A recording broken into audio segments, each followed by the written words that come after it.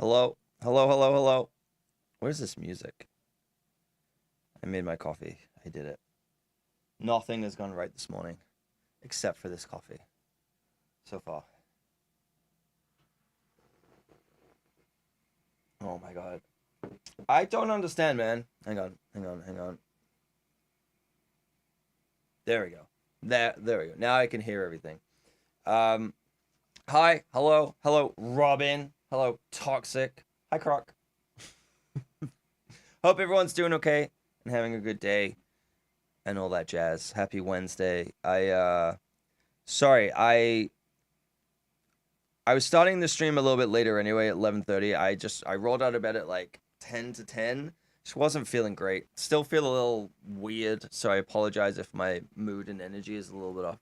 Yes, I am trying to watch at work. All good, all good. I appreciate you being here. Hopefully you're having a good day at work. Um just wasn't feeling super great. So I'm still trying to shake that. Just get it, get the little angries out. Not angries. I just kind of woke up in a weird, like, my dreams were of a very specific style or genre or whatever you want to call it. And just kind of like, I don't know, it's still lingering, if you will. And then I woke up, got ready, and I was like, I'm not going to be ready for Shake It Off. Taylor Swift style, as Toxic would say. Um, yeah, I just woke up kind of feeling a little bit off. And I was like, I'm not gonna be ready for 11. Let's do 11:30. And then as soon as I hit send on that, the speakers of my place were like, I was like, what the fuck? And the voice comes over, was like, we're gonna be checking the fire alarm at like 11:30. I'm like, you came last week. You came last week and did this. What are you talking about? On Friday, they came and checked all of the units. So you couldn't have ran it then. You couldn't have ran it when you checked the entire building. You had to come back and do it again the exact time supposed to start stream. So I was like, oh fuck, okay. And then they started, and then they were like, we're gonna test it for 1 minute. And I was like, oh, all right. But then they didn't start at 11:30. They started at 11:33. So yeah, and then I was just making my coffee. So anyway, fun times living in a building where they're doing constant checks, and you just have to appease it, which is really fun. Like it's good. It's good. Safety is good. I appreciate that the safety is good, and they're on it, and they're checking it and everything and all that stuff. But at the same time, I'm just like, why? Like, they do it. I think they do it just enough far apart of everything that's just annoying enough where it's a constant thing, rather than it just being like, let's do it all at the same time. Let's just get it out of the way. Which I understand, like, scheduling and everything can be a problem with that, but it's like, it just happens just ever so frequently. And what they do is they email you about it like 3 months before it's happening so that you will not remember. And so then the day of, they're just like, you just get someone. Like, they don't just like knock on your door as well. They fucking hammer your door and they're just like, here to check the fire. And I'm like, what are you doing, man? It's like, what's going on? It's like, just knock like a normal person. So, and they always, obviously, I mean, makes sense because that's how businesses work. But they always do it in the middle of the day, and I'm like, no one's taking the day off to let you in to check the fire alarm. I'm sorry, no one's doing that for like half an hour. Maybe if they have like a good job where they can like take, they get paid days off or anything. Maybe they're like, oh, sorry, got to be home for an inspection. I respect that if they do that, but at the same time, I'm like, who's around other than idiots and losers like me? Who's around at 11:30 on a Wednesday? That's my question. That's my question to society. But yeah, thank you everyone for watching the YouTube videos as well. I know like some of them, especially the main one that I did. There's like the Cine 2 Nerdles, which if you're here, you've seen me play already, so those are just coming out. And then there's like the more scripted one. I think I'm gonna start tapering off some of the Cine 2 Nerdle ones, so they're a bit more few and far between, and try and make more produced videos, if you will. I don't want the YouTube specifically, I don't want it to just feel like a VOD channel or anything like that. But I want to stop actually, like, I say this all the time, and I'm working on it. I actually came up with a lot of ideas yesterday. I sat down for like 30 minutes, ended up being 45 minutes because I got distracted and started looking at like houses to buy, which I can't afford. I was looking at ones at like 1.3 to 1.7 million dollars. And I was like, the strata fees are insane. And I'm like, shouldn't be paying strata fees in a house, but also the property price, like the property taxes were absurdly low. We're talking like $1.6 million house for like $4,000 property tax in a year. I'm like, that's not 1%. That's not 1%. That's like 0.2%. This is fucking crazy. So I was just like, what the hell? But there was ones where it was like 800. It was like built 3 years ago, and the strata fee was like $800, and I'm like, that's fucking crazy. Like, what am I? You better be coming over and mowing my lawn every fucking day if I'm paying you $800 a month to tell me what I can and cannot do on my property. Anyway, that's about $1.5 million more than my budget, so we won't be buying any of those. But it's nice to fun. It's nice to fun. It's fun to look. That's what I meant to say. It's nice to like have a mooch and see what's out there. Still fucking crazy because the houses are worth like $12 and the land is worth the rest of it. Strata is like an HOA, yes. Strata is usually for apartment buildings, but then there's certain clusters of like homes where it's either like if it's a townhouse, so it's part of like a unit or whatever, or part of like a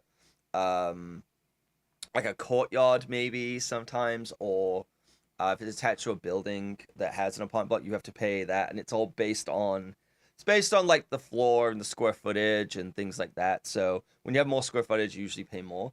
But a lot of homes have that, a lot of homes don't, especially new ones where it's like newer builds will often be in like a strata controlled thing, which is kind of like, I get it, but also is annoying because at least then it's being maintained. But then you're like buying a $1.7 million house to basically live in a place where you can't do whatever you want with that property. Like you can't do anything with it. You have to get approval, like not just from like government to do any kind of construction, but you have to get approval from a strata. And I'm like, if I'm paying $7,000 a month in a mortgage or whatever it might be, I'm sorry, I'm not paying to live in a strata. That's fucking crazy.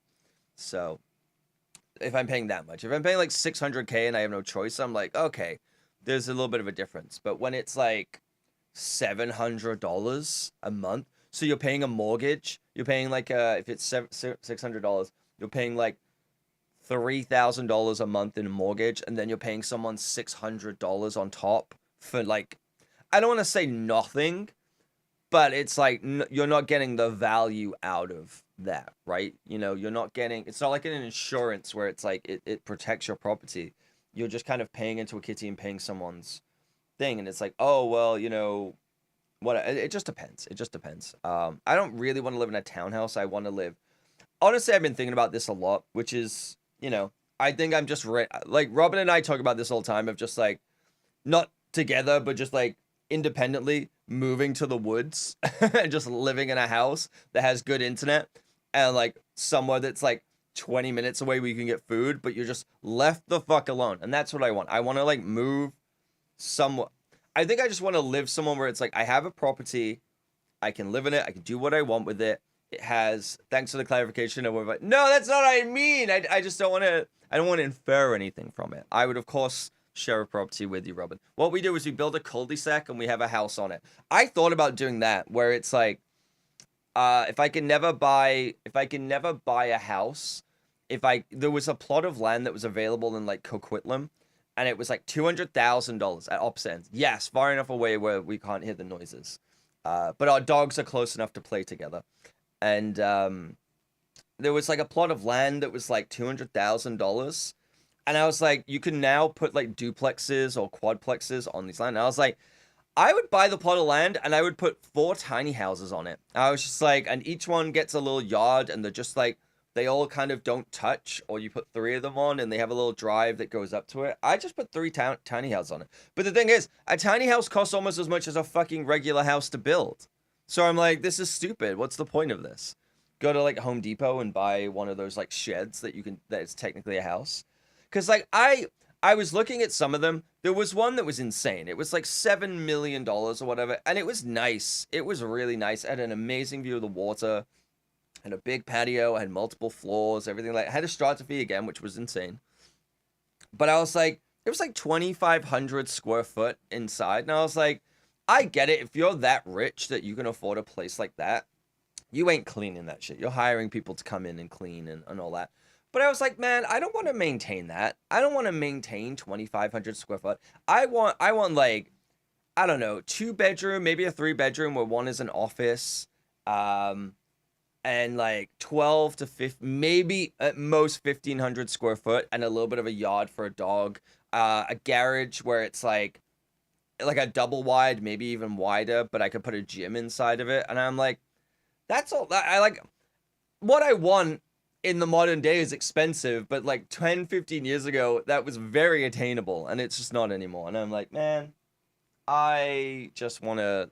That's all I want is I just want a house with a yard for a dog, um, like enough space where I can watch movies in peace and not have neighbors complain about it, and do whatever I want with the house and put a gym in yeah. It's just I don't know. I think stuff like that is really good to kind of not. Well, I guess like vision board, but I'm just like I don't know how to get there because I look at a lot of people and I'm like, man, I wish I'd made like different choices in my 20s. It wouldn't have made me who I am today, and that's probably for the better. I should have done the other things instead of been who I am today.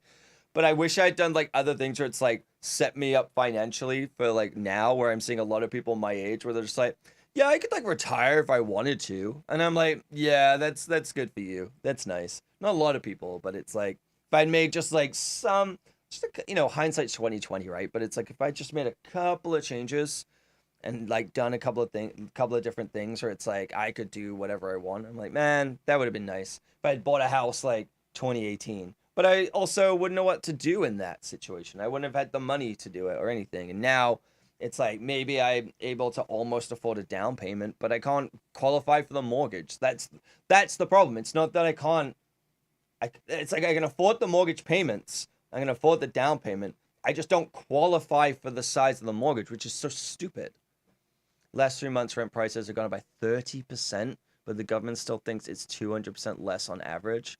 Well, for all those people who've been living there for 25 years, not the ones trying to move in. Yeah, that's the thing, right? It's like, oh, rent's so cheap. Yeah, if you never leave, if you never move, it is. And what's happening, especially here, I mean, present company included, every landlord is like, I should be making more money, and they're trying to evict people. They're doing rent evictions. They're trying to find any reason to get someone out because they can rent out the place. Like they might be renting someone for 1,600 a month, but the thing could rent for like 2,700. And I'm like, your place is already paid for. Like why is no one just happy with what they have? You have a free property that is paid for. Someone has a home. Why'd you suddenly need to make profit from this? You know? It's like it's taken care of. Like it's just the greed. Greed has like gone out of control. It was $10, 10 euros per meter squared in October. Now it's 12. That's fucking crazy. That's crazy. Like why? Why is it raising so exponentially when it's not like cost of living isn't like food like there's just certain things where I'm like, why is this rising 20 to 40% so fast? But like it doesn't. As Cam at Discord. No, but I'll just do them. 4 minutes. Okay. 1. Oh, my legs are stiff. 2, 3, 4. There you go. Paid in full. Okay. No inflation. Damn it! You raised the squat. Yeah, I did. Yeah, I'm not doing that frequently. I was like, no way. There's too many people with that many points. It's like, I can't do it. Like I can't do it. I'll just end up refunding it, and then it becomes a pointless thing. So should add inflation to it. Yeah, I am. I'm gonna add 20 to 40% every month. That's what I'm gonna do. And that's without any side costs. Yeah, because like power, everything, like water, hydro, insurance. It's just like there's just certain things where I'm like, there's no way that this should be increasing. And do you know who has it? Yeah, I know like 3 of you have enough points. I know that 3 of you have like enough points to do it. And it's still not high enough. It still should be like, I don't know how many points people have. I genuinely don't. My assumption is that some people have like 150,000 points. Great, it's a drop. The squad. No, it's one time. You got 30. You've only got 30K? Okay. That's fine. I mean, I guess you've used them.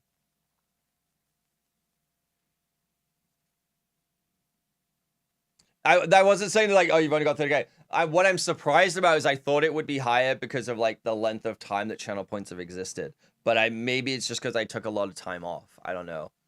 I did think of like, so what you can do as well on Twitch with the channel points is you can kind of you can make a channel goal where it's like everyone has to like work towards it, so everyone can give like a like you can give like 2,000 points a day per person to like work towards like winning goal. It is. It was. Oh, okay, okay. I don't know, man. I don't know. You have 1.5 million. Jesus.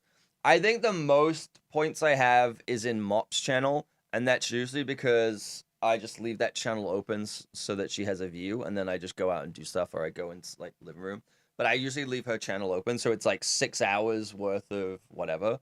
Unless I'm like streaming, then we raid her and whatever. So I think I have like 400 something thousand in that channel. So yeah, and I've spent a lot of them. I've spent a lot. I probably would have had like 600,000, but also I've like had like I've known Mop for 7 years and just like left the channel like yeah. So some of them up during the work days, 8 to 12 hours. Yeah, true. They've have over 1 million in a few channels. Damn. And then they don't have rewards, so no spending.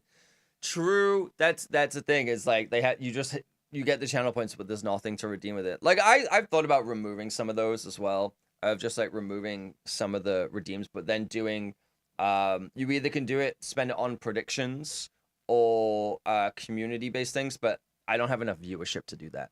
No, Mop though often can't watch us and she's moved. Yeah, her stream starts when you basically go to bed at this point. Yeah.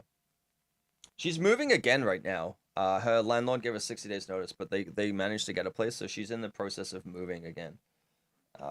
So I don't think it's going to change the time she's streaming, but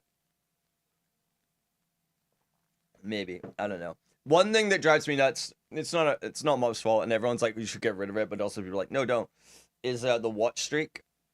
I don't have that enabled because that would drive me crazy because the amount of times I've got to like a 60 watch streak and then it's reset because they did like the stream went down and then it went back up again. It counted as a new stream, like it was long enough. Or they did another stream in the evening because they would like, oh, I'm doing a sponsored stream later, so like they stop and then they come back. Sounds like you needs to move. You know, do that, but it's really hard to move to Canada. True. Well, now everyone's half joking like we should join the EU, and I'm like, hell yeah, let's join the EU. Let's go. I'd rather join the EU than be under Commonwealth. Let's go. I logged a lot of hours, but that was all when she was streaming during the day in Canada. Yeah. Here the US wants talented people. No, they want to own people. I think that's what you heard, Scott. They want to take over Canada as the 51st state and bring in as many. They don't want immigrants, but they want to bring in as many immigrants they can pay as nothing to do all of the high-paid tech jobs and destroy the economy. Just usual normal stuff. You don't have a sleep schedule, so no time zone matters. True, you are up at any time. It's kind of crazy. Mine's been a little bit better. I've been going to bed a little bit earlier. I think that's why I feel off today. Is I went to bed at like maybe 12:30, and then I just like was watching stuff. For some reason, I restarted watching iZombie. I just needed to watch something that was pre-pandemic, and I was like, I haven't watched that in a while, so I started watching that. I watched 2 episodes. It was like 2:30, and I'm like, ooh, maybe that's why, because I like didn't fall asleep till after 2:30, and it's been about a week since I've done that. You were messaging me to tell me to sleep. Yeah. I went to sleep at like 2:30. I was watching iZombie. What do you want from me? I need to solve the sleep schedule. Last week's been rough. You've been traveling a lot though, in like different time zones. I know it doesn't seem like it makes a huge difference, but that 1 hour difference can really kind of fuck you up a little bit, right? So, like, it doesn't take a lot. It doesn't take a lot to derail a sleep schedule. My sleep schedule is terrible. It's like it'll be good for a little bit and then it devolves. But I was kind of enjoying going to bed at like 12, and that was pretty good. But then, yeah, I went to bed later last night and maybe the night before, and it's just kind of, I don't want to say taken a toll, but certainly like don't feel as good. Also, ooh, okay, that's where you've been. Interesting. Um, What was the music festival? So also, it's Shay's birthday today. I don't know if you know Scott, but it's Shay's birthday today. So I don't know if you've sent him a message or anything. Um, I did. I sent him a voice message and told him that the age that he is now is to do with the number of years that have passed, not the age that he is. So, really positive stuff. It's on calendar. Nice, nice, nice, nice, nice. So one of my friends in New Zealand, it's their birthday. I messaged them yesterday though, but I'm gonna message them today and be like, yesterday I was like, Happy New Zealand birthday. Today I'm gonna be like, Happy North America birthday because they're from here. It's your Bill's birthday. I know you mean brother-in-law, but Bill Borth, that's his name. Are you doing anything for it? Oh fuck! Why is it on a timer? He's gonna get Chat GPT to make something for Shay. He would love that. He would love something AI generated for that. He's all about that. You live 4 hours away, so no. That seems like a you problem though, Robin. I think you should just go over there. I think you should just stop by for 20 minutes and say hi. You're already making that trip, probably in an opposite direction later the week, so get it. Yeah, you should go, Scott. You should go on Midjourney, then run it through Pika AI, run it through an audio thing, and then ChatGPT to write it, and have it have a ChatGPT cameo done of Philip Seymour Hoffman for Shay on his birthday. I don't know why. I don't think he even knows who Philip Seymour Hoffman is, but 4 hour drive each way is a regular travel lunch. Yeah, there you go. It's a nice quick sandwich stop in. I think that's a good thing to do. You know what? I think you're just being selfish if you don't do it. I don't care that it's 9 p.m. You could be there. The baby's probably waking up. Yeah, boss just dropped me off with your sisters when we travel to HQ next week. It's halfway there. There you go. That's the spirit. It's not too bad. At least it's a lot closer. Yeah, Robin's so into moving into the woods that she moved as far away as she can from her family. She's like, baby steps, baby steps. We'll get there in the end. Scott, you're gonna hate the coffee that I have. It's Kicking Horse coffee, but I bought some local coffee rather than off Amazon. I think I'm gonna change the one that's on my wish list because I think I don't. I think I liked it for a time and then I tried better coffee and I'm like, I don't like this anymore. That is mid-level, I'll allow it. Yeah, it was just good. It was on sale. It was like 10.50 in the store. And it's from BC. I'm trying to support more local / Canadian companies. That's the problem with getting cooked coffee. Yeah. It is expensive. Like normally I think on Amazon the Kicking Horse is like $16 and I'm like, it's good. And then we looked at Mojiana the other day, which is another one I really like, and it's like 20, it's like $18 to $20 for a very small bag, and I'm like, so you do a coffee, local Canada. Yeah, I want to do that more, and I just want to make sure that it makes sense to buy enough of it, because I don't want to buy too many, like the too big of bags, because I'll get through it, but I don't want it to kind of like lose freshness.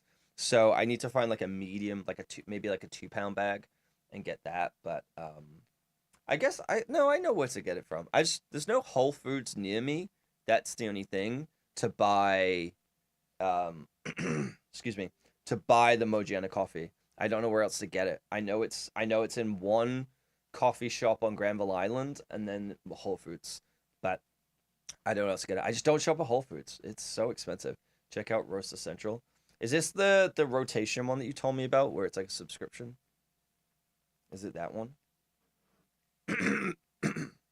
Sorry, I'm like coughing, clear my throat / making me hiccup for some reason. Give me a sec. I'm gonna clear my throat in a gross way.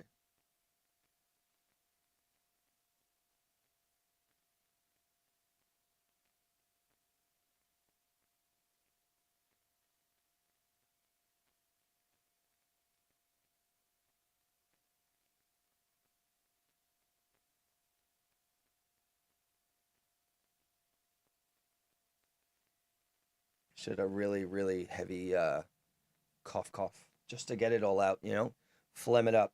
But yeah, so I think I need to message the work thing. I so I've mentioned that I had like potentially two jobs coming up. I got one, which is the company I used to work for, which is just me going back, and then there's another one that was interviewing, and they keep kind of flip flopping between like, oh yeah, we're hiring for people and this and that, and then they're like, well, we're actually not hiring yet. And I was like, so am I still doing this interview? Oh yeah, you should do the interview. This person, they were like, it's the recruiter that I've dealt with for like the last 4 years because I worked there before. And they're like, oh, by the way, I'm stepping away from this role and I'm stepping into a new role, so I won't be recruiting for this department anymore. This person will. And I'm like, cool, that's totally fine. And then I was like, introduced myself to them, and they're like, they haven't replied. They haven't replied. They haven't followed up. They have nothing. I'm like, what the fuck is going on? Um, and I'm like, and then so they were like, yeah, Vancouver office might be hiring soon. You interested? I'm like, yeah, sure, why not? Like, let me put my name in, like, throw my hat in the ring. Contact me if you are looking. And they're like, cool, this person will reach out to you. They've not reached out to me. I'm assuming they're on vacation or something. I don't know. But it's very strange where it's been like over the course of like a week, maybe 2 weeks, they keep flip-flopping between we're hiring and we're looking, and well, we're not actually hiring right now. Oh, well, we haven't actually got approval, but in a few weeks we might be. And I'm like, I'm not doing the carrot dangling thing. Like, I'm not gonna. It's like I'll do an interview. I've given you the times I'm available. You just gotta like follow up and let me know. I have a feeling they're gonna come back to me like the day of, last minute, and be like this time. And it's like it's gonna be Friday when I have plans, and I'm like, cool. I just have that always happens because last time it's like, hey, do you have time available for an interview? And I'm like, sure. Here are the times I'm available, and they went, cool. We're gonna do it on a different day, at a time that you said that you were not available. What is happening with? Who's this? Who the fuck is this? Scott, is it you who just sent me a friend thing? Okay, it is you. Okay. I just want to be sure because I've been getting a lot of spam ads on Discord recently from people who I don't know, and so it didn't come up with your username. It came up like a photo and like the letter S, and I was like, okay, that's fine. Um, Friends. But so yeah, it's kind of weird because it's like last year they did this too, where they were like, "Oh, we're hiring, we're looking for someone. Are you available?" And I was like, "Sure, this is when I'm available." They're like, "We might only be looking this time." And I was like, "That's totally fine." Arranged for an interview, gave them times. They ignored the times and did whatever. I'm like, fine. They're one of the biggest VFX studios in the world. They kind of get to dictate what they want because so many people want to work there. They don't really give a fuck, and I'm okay with that. Like, fine, willing to concede. But I did an interview, and they were like, "Oh, just so you know, this is only for like a this position. It's not a lead. It's not this." I'm like, "Yeah, I didn't apply for that. I don't really mind." So I did an interview them. They were, I've worked for them before. I worked for them for a year before. I had to do another interview. They asked me for 4 references, like 4 references, and I'm like, I haven't worked that many places. 4 references in the last 2 years, and I was like, I haven't worked that many places, and I've been the boss the last 2 years. So like, I can't really ask the owner of the company I work for. That's kind of weird because they're gonna be like, "Why are you applying to other places?" Which I'm not. I'm just taking an interview. I was like, that kind of makes it difficult. And I've worked here, so I worked here before, so all of my references are people that have worked who currently work for you. And then they're like, okay, gave them that, and then they went, oh, we're going into a hiring freeze. Never mind. And I was like, what the fuck? What the hell? And then they've come back and they're like, oh, we're actually hiring again. Which this timeline makes sense of when I've heard of when they're looking for people, and that's totally fine. But it's just that thing again of like, hey, you available? We're hiring. And I'm like, yeah. And like, actually, we're not hiring. And I'm like, stop messing me around, man. It's like I'm not waiting around for them to tell me anything. I'm seeing what happens with this other job because the hours make way more sense for my schedule. Um, but it's just they might not have work for me until April. That's the hard part. It's like, okay, so what do I do? Because I've seen some jobs posted that are like short-term February to April timelines. But if all the work comes in before April, if I have to go on set or anything, and I'm like, hey, sorry, no, I took this other job, then I lose that job. I'm out of work after 2 months, and then I'm not getting that job back. They're going to replace me, right? And then that's gone. So all the work that I've done for the last 2 years is just like gone. So I have to, if I'm not going to continue with that position, it needs to be a job that is actually worth doing, that is going to employ me for like 6 months plus. So it really limits my options of like places that I can go. But I can't spend another year just working like 2 months on, 2 months off, 2 months off. Like I can't do that. I can't like if I'm gonna. We've talked about this many, many times, but I can't do it where it's like I'm making the salary, like I'm walking away with the salary of, a server, but doing an insanely stressful job. And like, yes, it will afford me the luxury of taking time off in between those things, but it will just be like me being like, hey, I got to disappear for 2 months, bye, and then come back. Like it doesn't work in the balance of my life, right? It's like it can't be all or nothing, on and off, on and off. Like it can't be like a switch. So get you a camp up job. I don't want to camp. You want to kill the environment with oil or mining? Absolutely not. Absolutely not. Although there is a lot of money in that. I could go work with Elia. There is a lot of money in it, but I don't think I'm built for that. I don't think I'm made for that at all. I just, yeah. I just like I've said, it's like I just want to make 80K a year and like not be stressed and have time to do the things that I'm creatively passionate about. That's it. That's all I want. Which is too much to ask, it seems. So, yeah. But like I said, I was talking to Shay about this, and he was kind of kicking me up the ass about it in a good way, where he's like, and a dog, yes, yes. Well, I need stable housing for that. I make 80K a year, not live in Vancouver. I mean, that's the other thing, right? That's why I was saying earlier I was looking at houses that are further out, where I was just like, can I afford to buy something? Because there's places.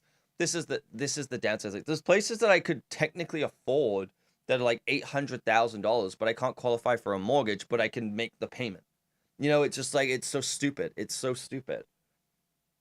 Want dog, everything else is mandatory side quest. Yeah, everything is part of that quest to get the dog, and it is purely setting everything up to get the dog. That's it. Just enough money to give my dog a good life and just live in a quiet place left on. Because I like we were talking about it.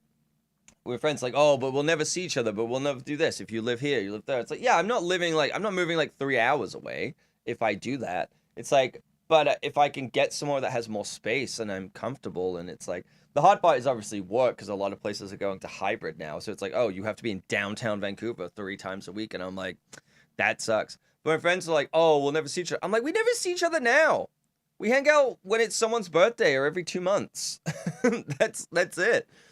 Like I can make the trip into the city like once every 2 months to hang out and go do something. As long as it's planned. It's like it's not still fully remote. Yeah, I'm trying to. The February to April job was fully remote as well, and I was like, man, that would be pretty good. I don't know if that studio will like me, because I did apply for the Australian side of the company, and I did like the streaming test, and it just wasn't going well, and I ended up not taking that job. But I don't know if they'll just be like, well, fuck this guy because he didn't take the job. And it's like, well, I was like, I couldn't see anything on my screen. Like it was really bad. It was like it really didn't work very well. Um, and like all they did was work on Marvel stuff, and I was like, I need a break. I was like, I can't do more Marvel stuff. I'm tired. I've hit my wall with that.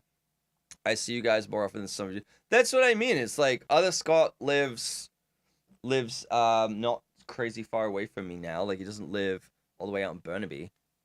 And it's just like, yeah. It's the thing is as well, it's like, I'll be honest, I don't always want to hang out. I know that sounds like a really like whatever thing, but it's like I'm very, very introverted. I like my own space and my own time. And it's like seeing people every month or 2 months is kind of good for me. Like I'm good at that, because it's like I get really anxious and stressed out about hanging out and all these things is too frequently, because I'm just like I like streaming is good for me because it's not like I know it's like technically standing up in front of a crowd and speaking, but it's in my space, it's in my home. I can stop it whenever I want. I'm doing the things that I want to do. We're talking about things that I want to talk about, and it's like I have a lot more control over that environment situation. Obviously, a lot more of the conversation comes from me verbally, so it is a little tiring. But I get a lot of enjoyment and that from that. But like sitting in a room and having to like, I don't want to say like be on, but it's just like, yeah, sometimes I just want to sit quietly and be left alone. Also have to work. Sorry, work already talked about. Yeah, yeah, and that's another aspect too. Scheduled and regular handouts, but not daily. Exactly, Scott.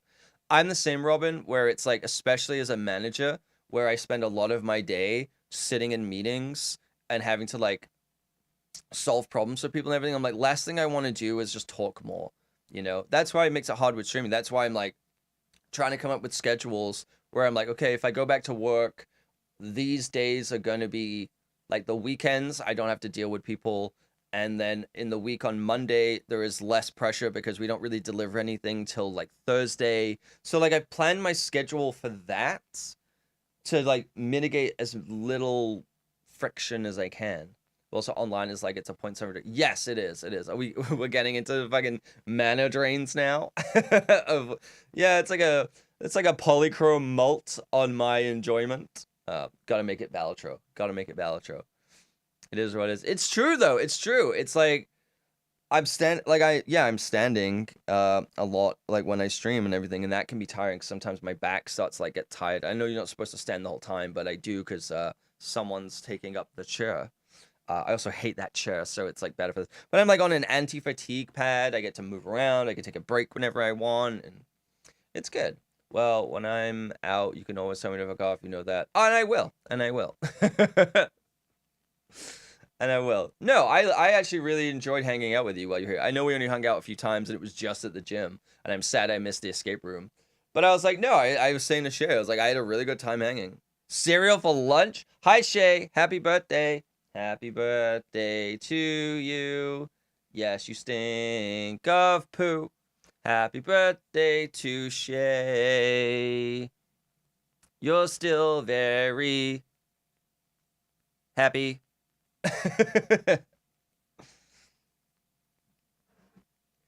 Cereal for lunch. Cereal's good though.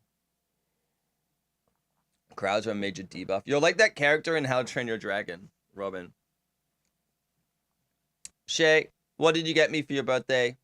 That's what I want to know. That's what I need to know. I see the group chat's popping off. The one who's like +5 damage, +5 damage. A voice memo? Didn't come through. Yeah, a voice. Oh, so Shay sends me voice messages that break my phone. And so I've had to now delete our entire history of of messages for like the last 6-7 years because he sends me a voice message and it breaks my phone to the point where my messages no longer work and I have to delete it. So that's what he got me for his birthday yesterday was me deleting 6 years of history of not true. I had to delete it a few months, like 2 months ago, but yeah.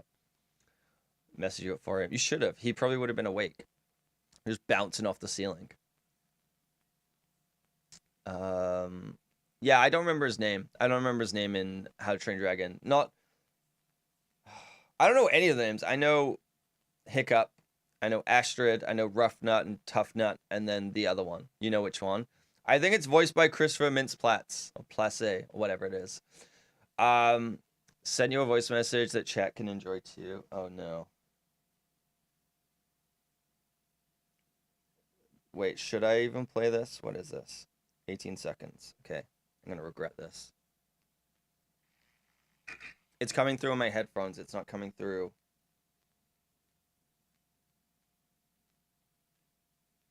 Okay, hang on. I'm gonna have to turn my headphones off. Otherwise. Okay, so my headphones are off.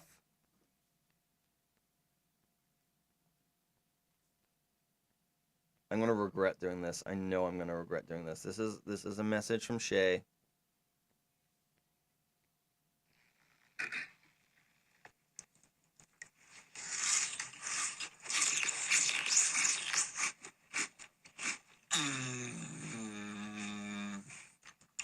That was good cereal.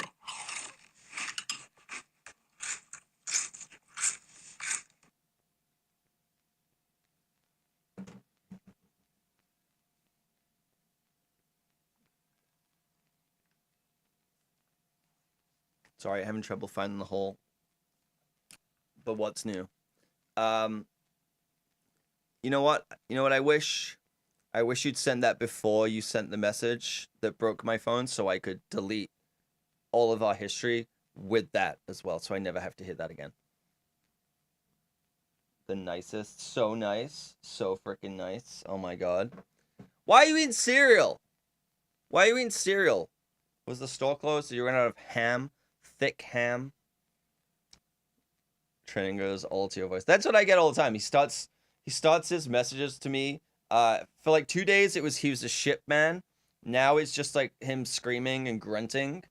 So yeah, because what happens is Shay's phone, for some reason we don't know why, aside from breaking my phone, starts off and it always has some insane static. So he has to like start a voice message, wait for like a second, and then stop the voice message, then start recording again, and then it clears the static. So he's decided to use that time to like clear his throat, fart, remove all the bodily fluids, bodily fluids. That's the time.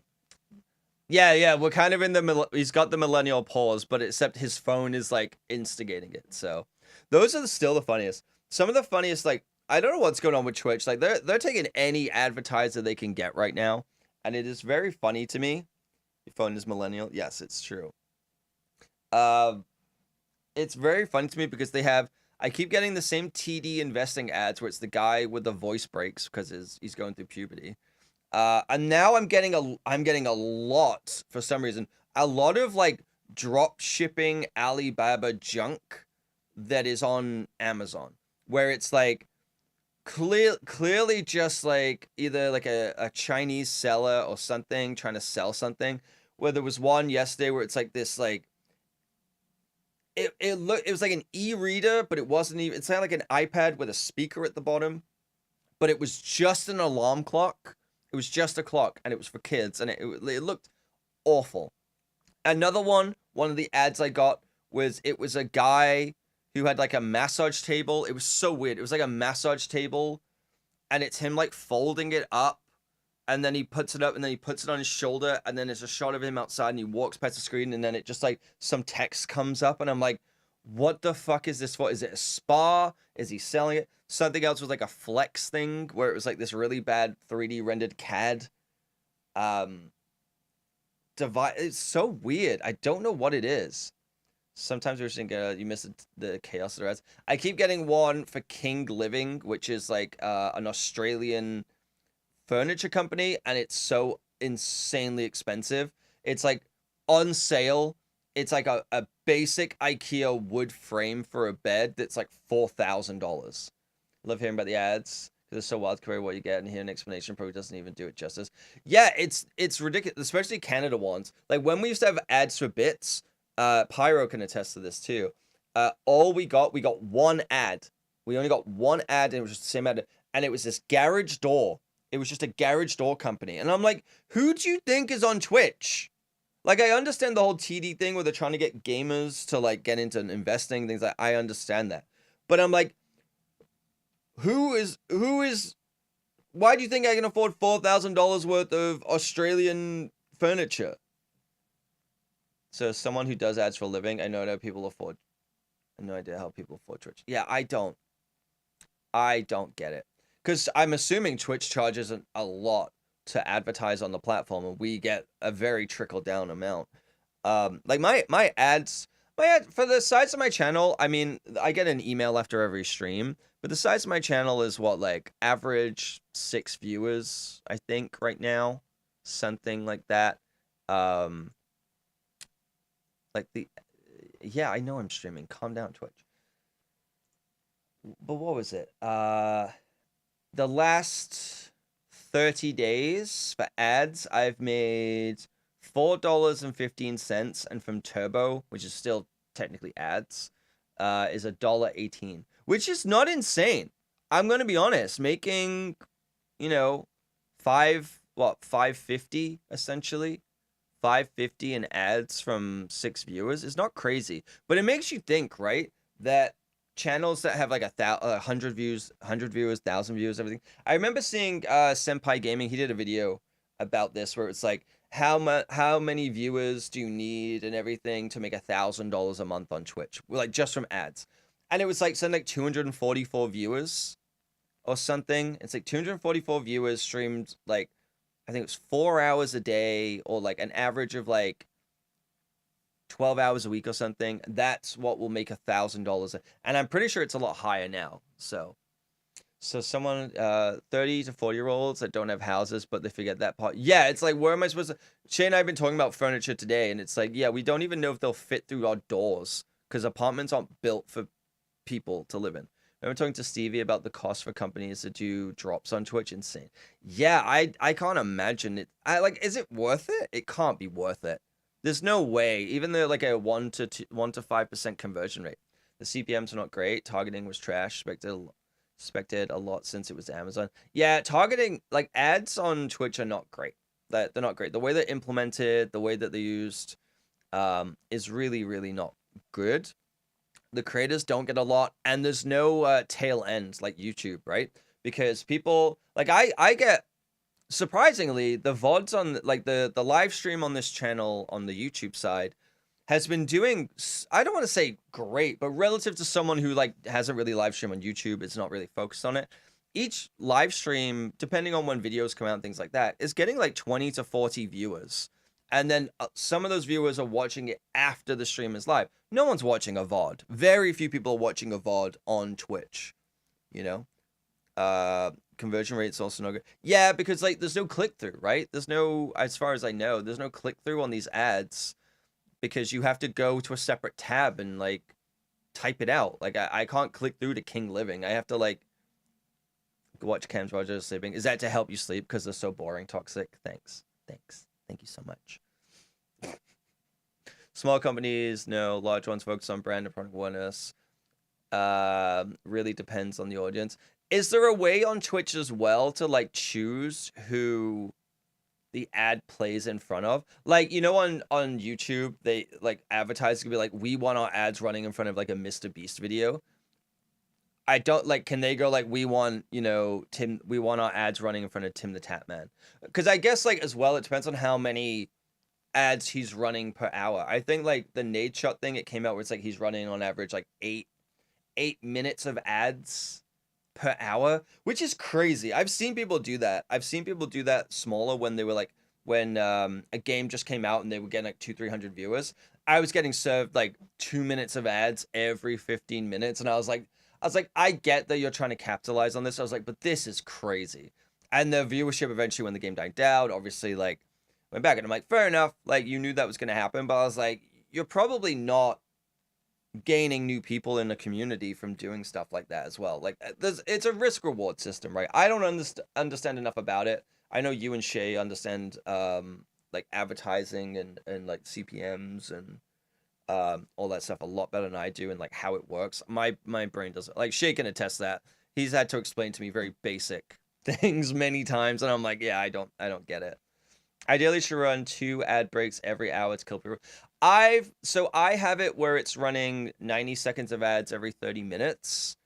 One that usually builds in a little bit of a break for me. But what I do at the start of the show is I run a 3-minute ad that gives us an hour. And then that should give us an hour of ad-free viewing. 90 seconds is long enough. That's what it says, though. No, it says it gives 90 seconds, like a minute 30 gives you 30 minutes of ad-free. And then, so if they run, it will kill the pre-roll because it ends up running 3 minutes per hour. Like I have it all set up. So it runs 3 minutes total because the minimum is 3 minutes to not do it. Yeah, but you want some overlap. I usually try and run it a little bit sooner. If you ain't killing pre-rolls, you're hurting new user experience. Yeah, and that's the thing. So I have it set up in Twitch where it's like, yeah, if you run 3 minutes of ads an hour, it will kill pre-rolls. It's already set up with that. And the split I chose was like 2 ads every 30, like 90 seconds every 30 minutes, so that it meets that requirement. Because then you still get the 55% split, and then you also kill pre-rolls. But I suggest run ads literally non-stop and calls anyone who disagrees a cook. That's, you know what? That is a strong play. You know, that's real alpha dogging the whole channel. I mean, the only person here that's not sub right now, unless like aside from anyone who's lurking, is Toxic. And I do like the idea of punishing Toxic with ads. That does make me happy. So These longer videos allows you to delay them a few minutes if needed. Yeah, true. I try and start it like a minute before if I can. Toxic likes it. Toxic loves it. Now that I know he's watching the stream at night, I'm gonna just subtly insert more and more ads over the course of time. I want it to be a YouTube video where it's like 12 minutes long, but just 13 ad breaks throughout. Like really go J Station about it. Not content wise, because I don't feel like doing a I raised my dead ex-girlfriend from the dead videos at 3 a.m. We're not going that far. But in terms of like running a million ads like every 45 seconds, I think that's a good way to make money. You know, I think that's smart. I think people would really appreciate that on YouTube. Hi, anyone on YouTube. I'm just joking. I don't want to run ads on you. Speak of the devil, thank you. Timely HD Cambot with the new YouTube video, the VFX React video. I need to do more of those. I think I'm going to do a couple offline so that I can be a little bit more structured with it. But I did enjoy doing the VFX breakdown on stream as well. I think that could be a fun thing to do. I don't know. Like I said, I sat down yesterday and spent 45 minutes and wrote like 7 new video genre ideas and then about 20 or 30 video ideas underneath. One of my favorites was searching for the best seat on the SkyTrain, where it's me just spending a day on the SkyTrain and testing every seat in like a car to find out which one is the best one. I thought that would be a really fun video that no one will watch, but I'll have fun just hanging out on the SkyTrain all day and people just looking at me standing there with the pocket Osmo being like, the fuck is this guy doing? Why is he filming himself trying chairs out? So, you know, if anyone has the ideas, because this is the level I'm at, it's great. So, all right, there's an ad that's going to run in like 3 minutes, 4 minutes, and considering everyone's told me that they are desperate to see more ads, Toxic especially, he keeps messaging me in Discord, please, daddy, please run me those ads. I'm so close. Why won't you run these ads? Daddy, please. So I think I'm going to run the ad while I go take a pee break. But I'll be right back. I'll run a little bit of a longer one and then we'll get more time free. Keep an eye on Sarah for me while I'm gone, as always.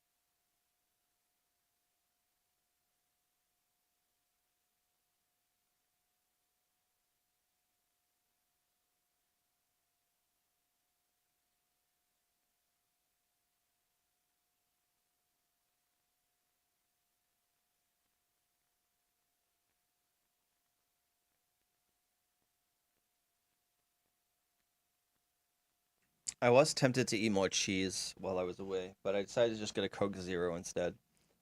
We can keep an eye on Sarah while we wait for the ad to finish on Twitch. You know, the American way. I still have these snacks from Robin, and I'm pretty sure that little starfish that I pointed out the other day, they're all turning like really yellow, and I'm a little afraid to eat them now because they were trapped in an airport for like an extra 2 months in God knows what conditions of heat and cold, show them. I will. I will. You need to go deal with work meetings. Need that new job to come in. Bye, Scott. Have a good day. Thank you for hanging out, dude. Appreciate it. Show them. Should I show them on this camera? Oh, no, that might break the Sarah camera. No, she is the star of this channel. So, the thing is, like, this camera doesn't have autofocus. Okay, I'm gonna open them. Let's try them.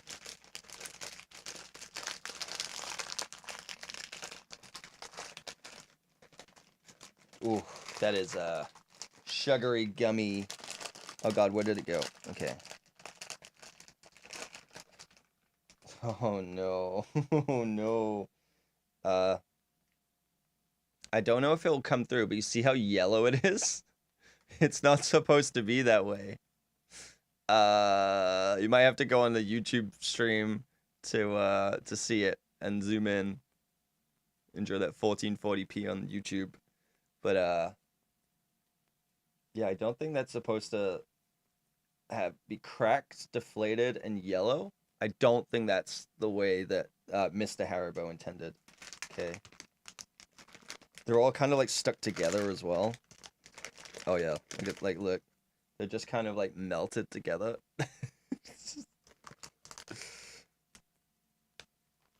They smell Haribo-y though. It's just good.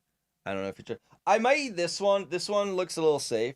This one looks okay. I might just avoid the ones, even though those are my favorite. I might avoid the ones with the backing. These ones might be okay. Give me a little gym boost. Can't go wrong with a gummy though. Like, man, yeah, this one lost its backing.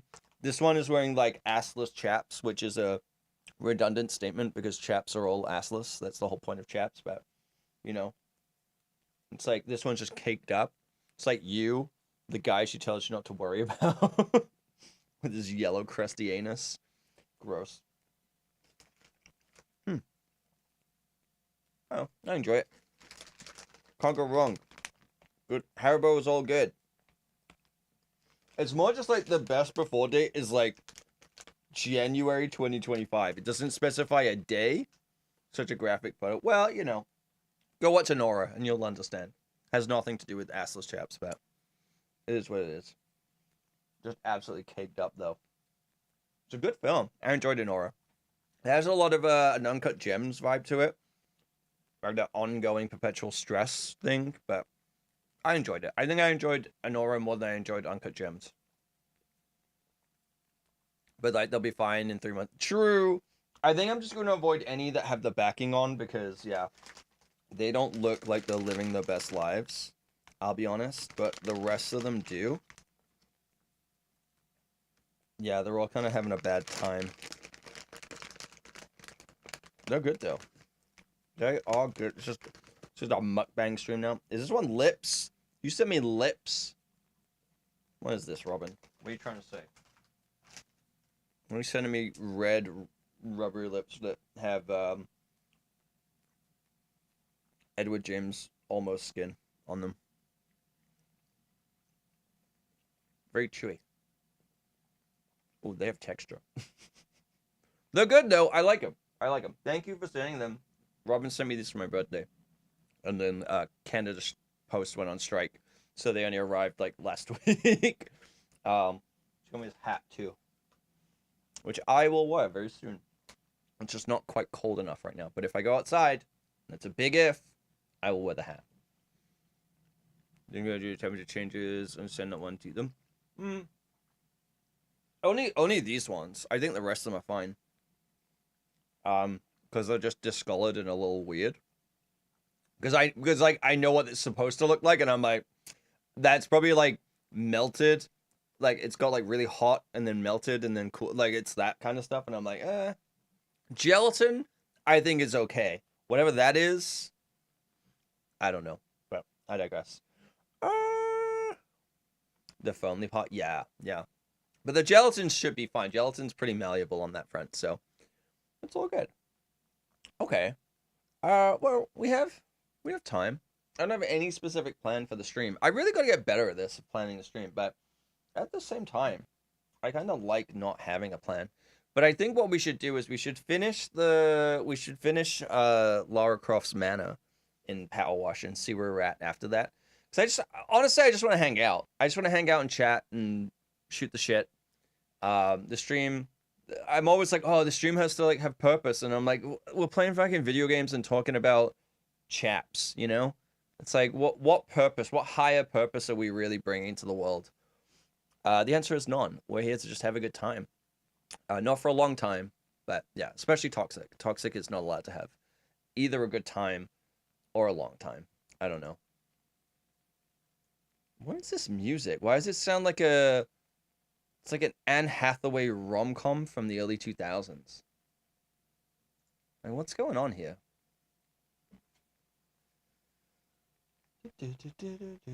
So apparently I I stopped into someone else's channel yesterday. Oh, no, never mind. I stopped into someone else's channel yesterday and they were like, Jedi Fallen Order stopped working. And I was like, oh, I was like, did the same thing happen for you? And they were like, no, I never ran into that. They were like, it just straight up won't open. And I was like, what the fuck is wrong with this game? They're like, yeah, but EA Connect very happily trying to sell me Civ 7. And I'm like, yeah, works well enough to sell you new games, but it doesn't work well enough to run the games they make. And I was like, yeah. And then Pyro was playing Helldivers 2 yesterday. I don't know what, like, they've changed that game so much. There was an entirely new enemy. There was new maps. It looked insane. There was like these weird zombie-esque creatures called the Illuminate or something. It was kind of crazy. It was kind of crazy. It did make me curious to play it again. But then I was like, I don't know, maybe one day. Maybe one day.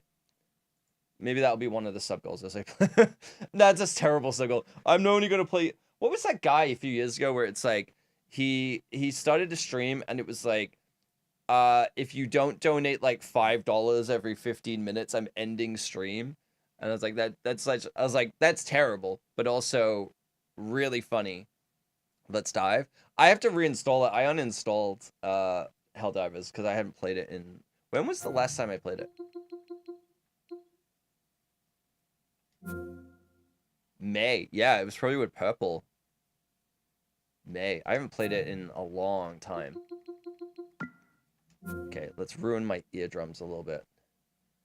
Played it last... I think that was probably the last time I played it. That was probably the last time I played...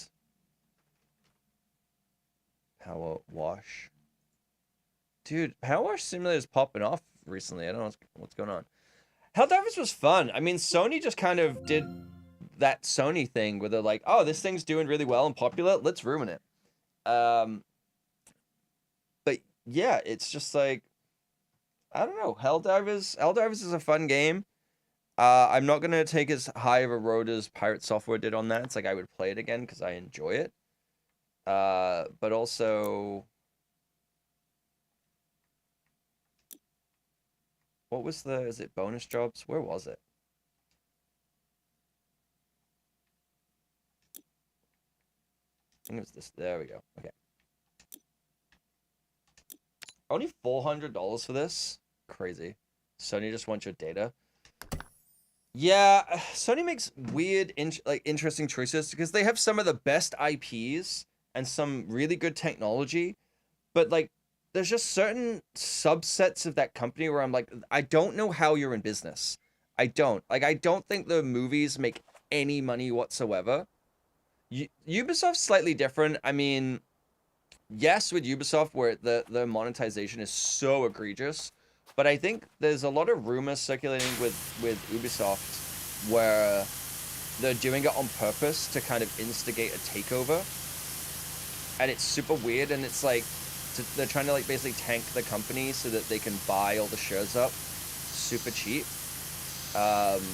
which is kind of a weird thing to do to your company because like at that point you've lost all of your customer base, like what's left, because people are getting real sick of the games that they're making. People are getting real sick of it and they keep making it worse and worse, and it's like the only discernible reason has to be this whole idea of it's got to be for like some kind of takeover buyout thing. Because it's something like Tencent can't buy Ubisoft stock directly, but the what's the guy's name?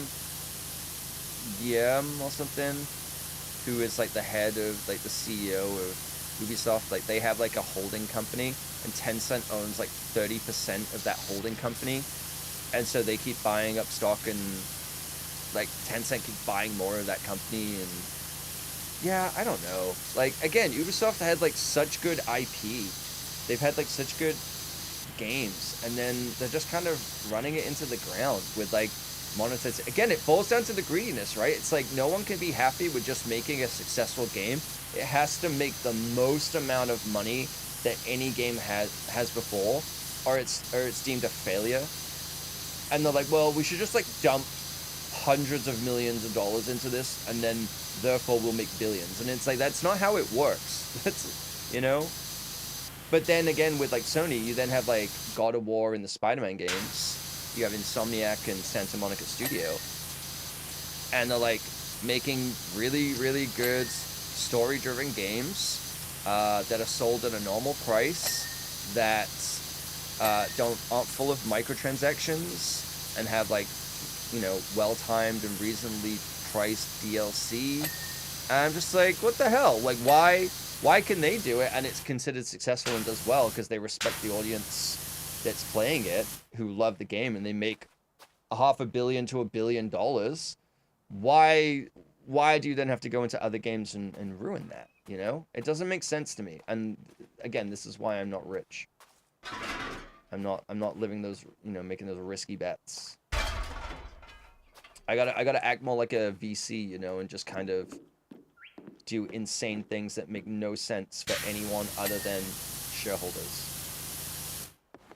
And even then, I'm like, it doesn't make sense for shareholders. I don't know. The business world's weird. You just look at some people who are in power at some of these companies, and you're just like, how did you get here? Like, seriously, how did you get into this position? And when the thing that you're in charge of fails miserably because of your own inadequacies, how do you, like, keep your job, but everyone who made the game, who was forced to, actually has talent, gets laid off? But you get to just, like, move on to another thing. The rationale doesn't make sense. Entrance topper, my name in college. That's very real. It was entrance bottomer. You think game is hitching, and it's not. It's just me being terrible at the controls.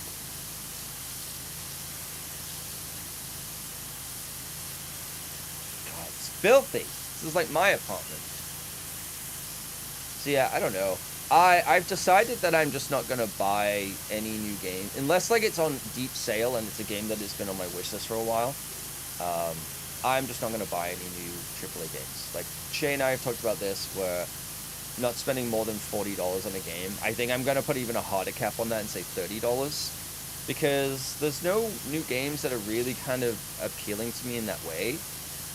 That like I have to just play like that. Like GTA, we talked about GTA 6. I'm probably just not gonna, because I bought Red Dead 2, played the tutorial, and then I never went back, and I bought it day release. I bought Shadow of War, like Lord of the Rings game, the sequel. Paid full price for that. Never even installed it. I bought it because I liked the first game, but I never finished it. Bought the second one, and then I heard that Warner Brothers ruined it with microtransactions. And I also bought, because I played South Park, The Fractured But Whole. No, Stick of Truth. I bought Stick of Truth, and I played all the Stick of Truth and beat it. And I was like, cool. I bought Fractured But Whole, the sequel, full price, never even installed it or played it. And I'm like, I'm not doing that anymore. 20, 30 is the most I'd spend. Most games I'd wait for 10, 15. My one caveat with that is indie games. Like anything that's AAA, I'm waiting for a sale. Anything that's indie game, that I'm interested in, like Balatro obviously is one of those. I'm like, no, I'll pay full price for that. I'll pay full price. Because usually those games are 20 to 30, right? I think considering we're going into a recession, as much as people are like, oh, we're going in a recession. It's got to happen. Otherwise, the world.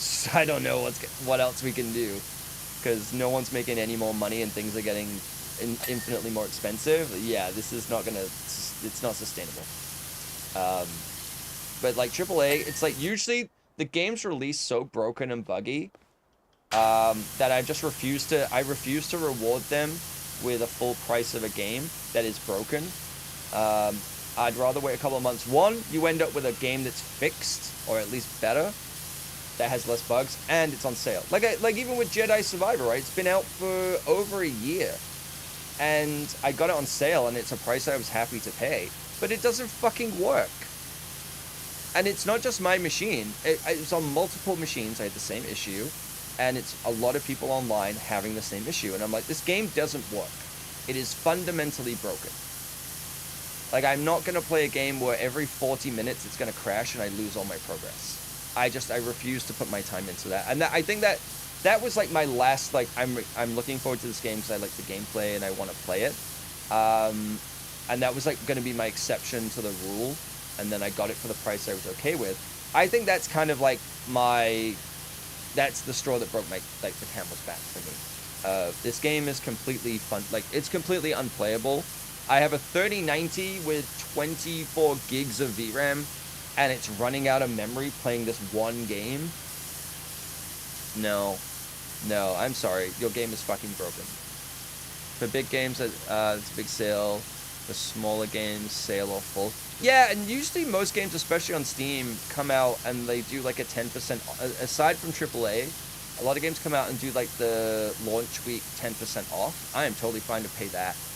And usually those games go on sale pretty quick too. So, and if like, I'm also okay waiting a little bit and paying full price and not paying the 10% discount, because I'd rather see if people are actually liking the game. I do think that Steam is one of those few places where, with a few caveats, that the rating of those games can be subjective, but people are very brutally honest in gaming. And if it's a good game, or if it's a bad game, they'll fucking tell you. You know, aside from review bombs and things like that, that's the caveat in kind of getting it. You will know if it's a good game or a bad game.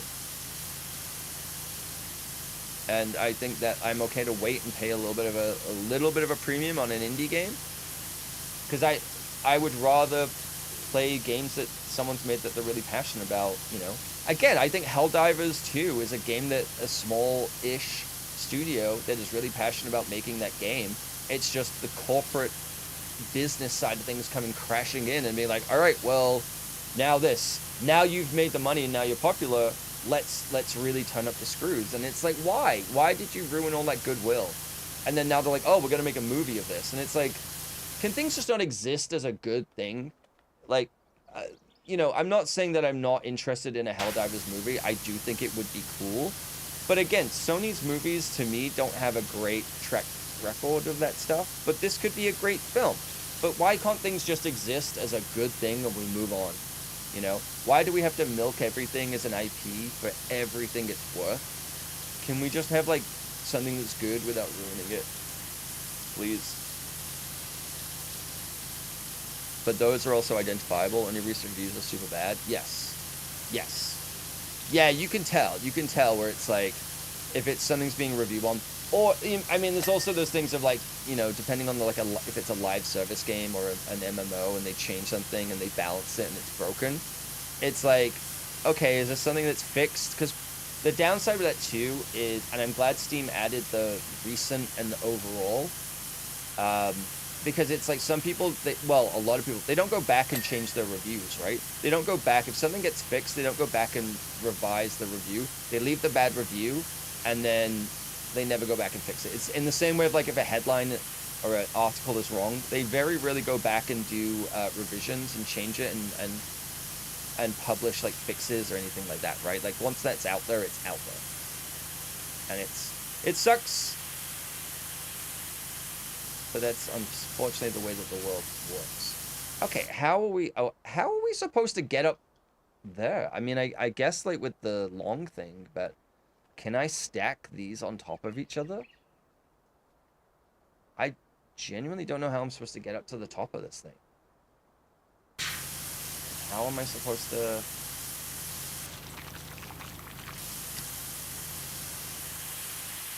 we doing puzzles on top of frickin' cleaning now? Is that what's happening? Yeah, also with the graph on Steam, it's really sad how ratings have changed over time. Yeah. I mean, like, I was interested, like, I still want to play Palia. I'm glad that I didn't put money into it, because now it's free. But I really want to play Palia. I've heard it has, like... Hold the line. This hamlet shall not fall.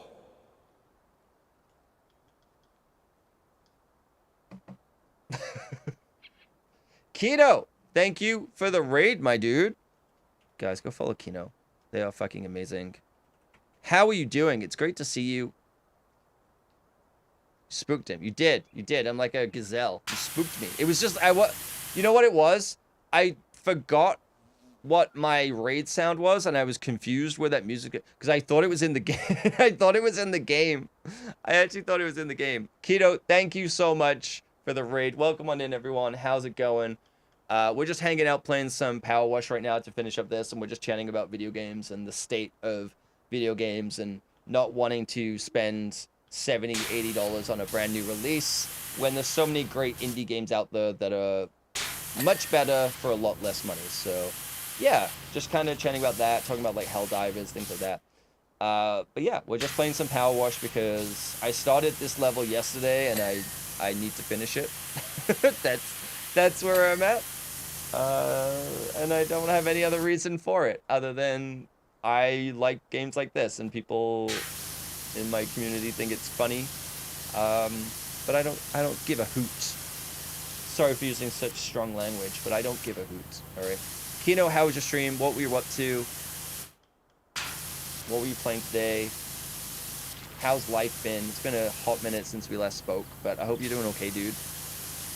Did I turn my camera? I did turn my camera back on. Oh my god. I used the built-in Twitch shout-out rather than the bot shout-out, so it didn't tell me what game you played. But yeah, like Tiny Glade is really fun. I really appreciate you gifting that to me as well, Robin. Thank you so much. I need to, and then you sent me the video of what people are able to build and figure out and how to do stuff, and I was like, oh my god.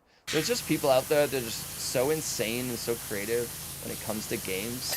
And I'm just like, I don't know, my brain works that way. But I think if it runs okay, I don't know, because Tiny Glade was kind of making my 3090 go a little insane and like freak out. It was using a lot of graphics. I wonder if it will work on the Steam Deck, because it would be a fun game to just like sit on the couch and play. Like if I'm got the TV on in the background. The entrance hopper is done. The royal penis is clean, sire. Again, I need new quotes. Okay, if anyone has any new movie quotes to me, I'm in the market because I keep quoting the worst lines from Coming to America. And it's not okay. It's not okay. It's not acceptable. I still have not seen Coming to America, like the sequel, because no, I can't do it. I can't do it. Like, it should have been left alone, you know? Should have been left alone. That's been good so far this year. Girlfriend has said, nice, dude, congrats. And as alluded yesterday, I have a full-time job after 2.5 years being on it. Hell yeah, dude, that's fucking sweet. Your 2025 starting off amazing. Fortunately, you got a rating. No, all good, all good. Meet the girlfriend's parents for the first time. Gotta get ready. No, thank you so much for the raid, dude. Don't want to keep you any longer than I have to. I appreciate it. It's great to see you. Congratulations on the job. Girlfriend, go have that awkward dinner with the parents and say that weird thing. If you don't say the weird thing, I will be sad. But if you don't, I guess it's okay. I guess it's okay. All right. One of our friends, I'm just gonna tell their stories. Their boyfriends met the stepdad for like, I don't know, like the third or fourth time, and then immediately started asking when he's gonna put a baby inside her. And I'm just like, that's weird. That's a weird thing to say to someone you don't know about technically not your daughter, but also kind of your daughter. So, you know, ask something. Yeah, exactly. Yeah. Just so, you know what? Now that seed's in your brain, Kino, don't think about it. Whatever you do, I'm gonna reverse inception you. It's like, don't think about elephants. Whatever you do, don't think about saying things about putting babies inside their daughter. Don't do it. Whatever you do, don't do it. Don't have it in your brain. Don't recall this statement. Don't even think about it. don't think about it. Apparently, I don't know how to wink like a human being. This got parent approval. Yeah, but it's not even like her dad. It's just such a weird thing. So, don't say seeds in your brain after story stepdad asking seeds. Yeah, exactly. Whatever you do, don't think about that, okay? And whatever you do, don't look at her dad's crotch. You know, even just like checking out the belt buckle or anything. Don't do it. Don't do it. Okay? It's not appropriate. It's not appropriate. Make sure you're not man-spreading too much, but also make sure you're man-spreading enough. You know, really, you got to assert dominance, but also, you know, really, you know, accept the hierarchy of the house. So now I'll do all the, you know what? I'm not saying that was the goal, but I'm glad that this will happen. Okay. Because the thing is like, you're like, yeah, it's okay. This will pop in your brain. I know, unless it's just me, this will absolutely pop in your brain like halfway through the dinner and you'll be like, God damn it. Anyway, enjoy meeting the parents. Have a great rest of your day. Thank you again so much for the raid. I really appreciate it. Yeah, we're just chilling out, playing some Power Wash Simulator. Talking about putting seeds in children. No, sorry, not children. Adult children of people who are in the 30s. In the 30s. Okay. You know what? Take the raid back. Leave. It's okay. Yeah, I misspoke. Not putting into children is an umbrella term, okay? Everyone is a child of someone. That was a terrible sentence. Okay, we'll just stop. Yeah. You know what? It's not what I meant. Has anyone seen Children of Dune though? That is the other question. Well, hi Halls. You're like, well, what the fuck is this? Hi Halls. How's it going? Good to see you. Hi. I'll be right back. I just gotta go breathe.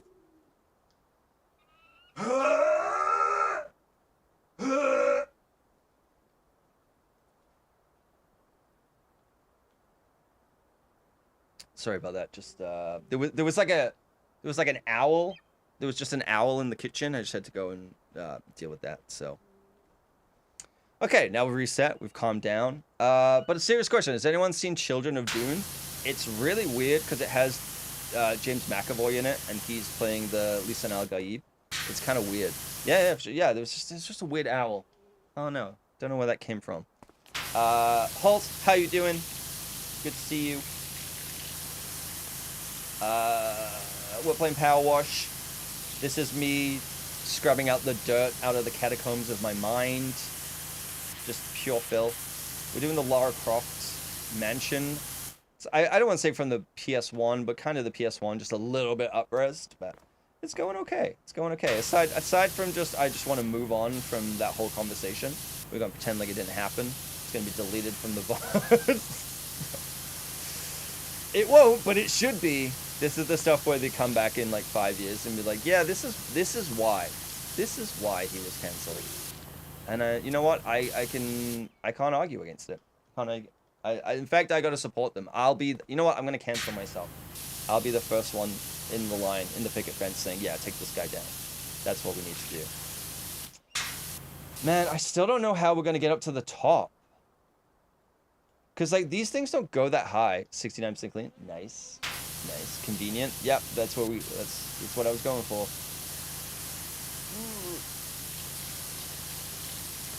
But no. What do we know? You know what? The thing is, like I said yesterday, it's kind of like a RuneScape approach, where it's like 1% to 99% is easy, but the 99 to 100% takes as much time as it did to get to 99. It's kind of crazy. But yeah, we did the fountain, the weird little fountain. For some reason, it only just occurred to me now that that's the face. I know, like, we cleaned the face, but for some reason I thought it was like a swan thing, not a tail. And it's only just sunk in now that that's a tail. Especially in this game, there's sometimes spaces you actually cannot see. Oh my god. So what they've done for a lot of this as well is like these creases, like where the 3D geometry connects, they'll have dirt like inside those creases. Like in here, and just like, what the hell? You'll have something where it's like a wall, and you'll do like, okay, well, we're dead.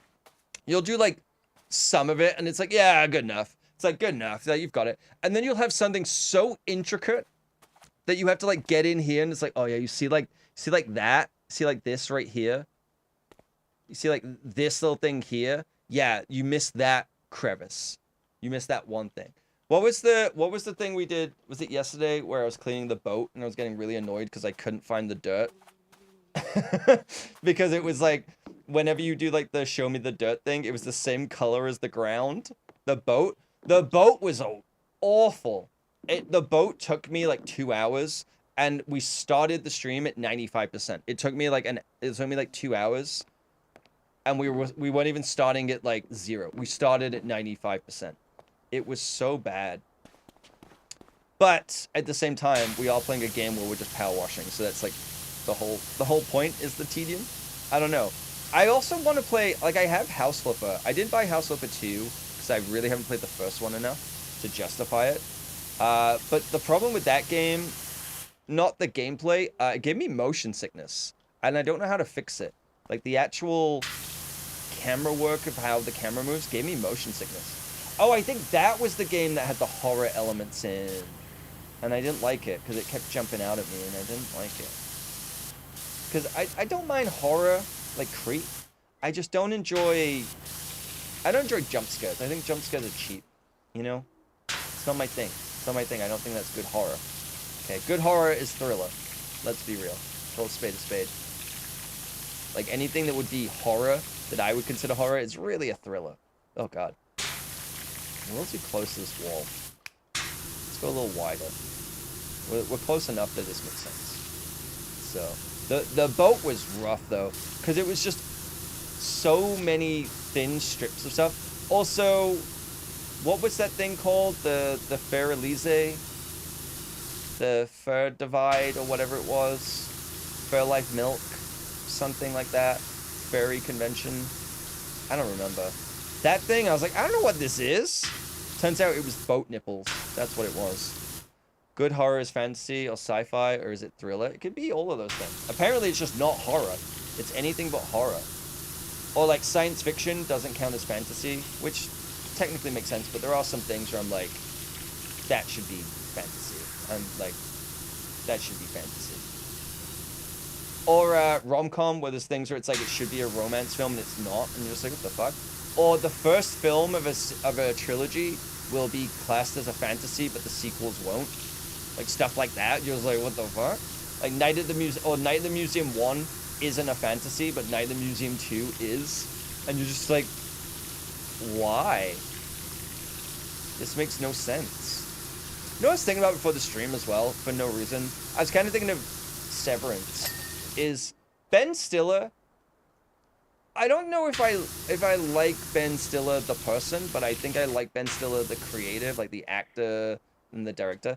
Ben Stiller, I think, is genuinely one of the best directors working in the industry, but is never considered as a great director, or like like he really isn't. Like no one's thinking, oh man, I can't wait to see that new Ben Stiller directed movie, right? But the stuff that he's made is genuinely some really good movies. Like I still think Cable Guy is an underrated classic. I think it has more of a cult following now, but like Cable Guy is really good. Did he direct Walter Mitty? I thought that was okay. But like Severance is, I think, one of the best. I still haven't seen season 2, but I'm just talking about season 1. Is one of the best pieces of television ever made. He doesn't really mark himself as a director. He doesn't. But I genuinely think he's an incredibly talented director. It's kind of like Ron Howard. A lot of people think of him as Ron Howard, the director. I just think of him as Richie from Happy Days. I just can't get over it. Or the dad of Bryce Dallas Howard. Which is kind of unfair, really. But also, Bryce Dallas Howard is kind of an incredible director, too. It's insane. Like, she's directed some of the best episodes of television shows that are out there. She's really, really good. And I do think there's something to it where it's like actors make great directors because they understand the art of performance so much I really do think that they do. Where that's why I'm always like, which I need to follow up on. I think all directors, if they want to be directors, should take acting classes, because I think that it would really help them understand performance more. I think you can be a good director without that and have a good technical understanding. But I really think anyone on like a more amateur level should learn how to act performance. Like my first year of college, not university, like UK works a little different, where it's like college is between high school and university. College is not a form of university. Like you don't get a diploma. You get a diploma, but you don't get a degree in college. You go, now it's different, but when I went to school, you leave high school at 16 and then you go to college till you're 18 and then you go to university. Now it's like you stay in school till you're 18, so it's a little different, which it's basically the same. It's basically the same thing. It's just now it's mandatory. But my first year of that, I did like theater studies, like to learn how to act and everything. I wasn't good at it. I didn't continue it. But I do think it helped with some of my understanding of filmmaking and like performance. Definitely, I've improved a lot more in the last few years, but I also haven't made anything for a while. But I think it's a really important skill, because directing, everyone thinks directing is just like cool shots and this and that and making something cool. It's not. Directing is about performance. That's what the cinematographer is about for the camera work. Their job is to help tell the story through the camera work based on your needs of like capturing the performance. But directing is nothing.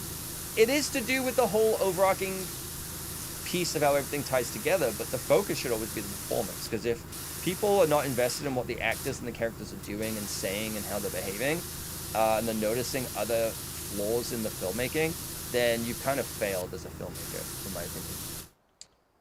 Bryce Dallas has done some amazing, really has. She has done some amazing stuff. Like even like Mandalorian, one of the best episodes of The Mandalorian was directed by Bryce Dallas Howard. She's an incredible director. She's just an incredible actor. I don't know. I have a I'm trying to think of the best way to say it and not that I mean it in a derogatory way, but it's just like I have such a professional crush on her, of like her acting and her creative abilities and everything like that. Like she is definitely out there. She's both popular, but I think she's very underrated as a creative. And same with like Emma Stone, or Emily Stone. Is that what she's going by now? She has produced some of the best films to come out in the last 5 years. And I have some, in the same of like, I have a professional crush on Ben Stiller, where I'm like, holy fuck, he's actually like an incredible director. I think he did some amazing comedy movies in the 90s, early 2000s, but I genuinely think that his filmmaking sensibility is up there. But I've also heard things about he's kind of, has a bit of an ego and things like that. But when it comes to like separating the art from the artist, I don't think that he's inherently a bad guy. There are much worse people out there. I don't think he is a bad person.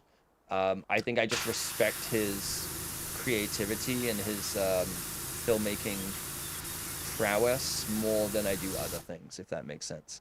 Did you age like 40 years between streams, Grandpa? I did! Thank you for noticing. My hair's got grayer and everything. I actually have a haircut booked for tomorrow. My hair's not too bad. I think it just needs a tidy. I like the style that I'm going for with my hair, but it needs to be cleaned up a little bit. That's kind of on the docket for. I've booked that for tomorrow, for the afternoon. Cause I still don't know. I've been on email chains, but no one has asked me if I need to be in this meeting tomorrow. But I booked a haircut for tomorrow in the middle of the day. A little trim on the side. Yeah, I went for a scissor cut instead of a clipper cut, which is a little bit more expensive, which is not great.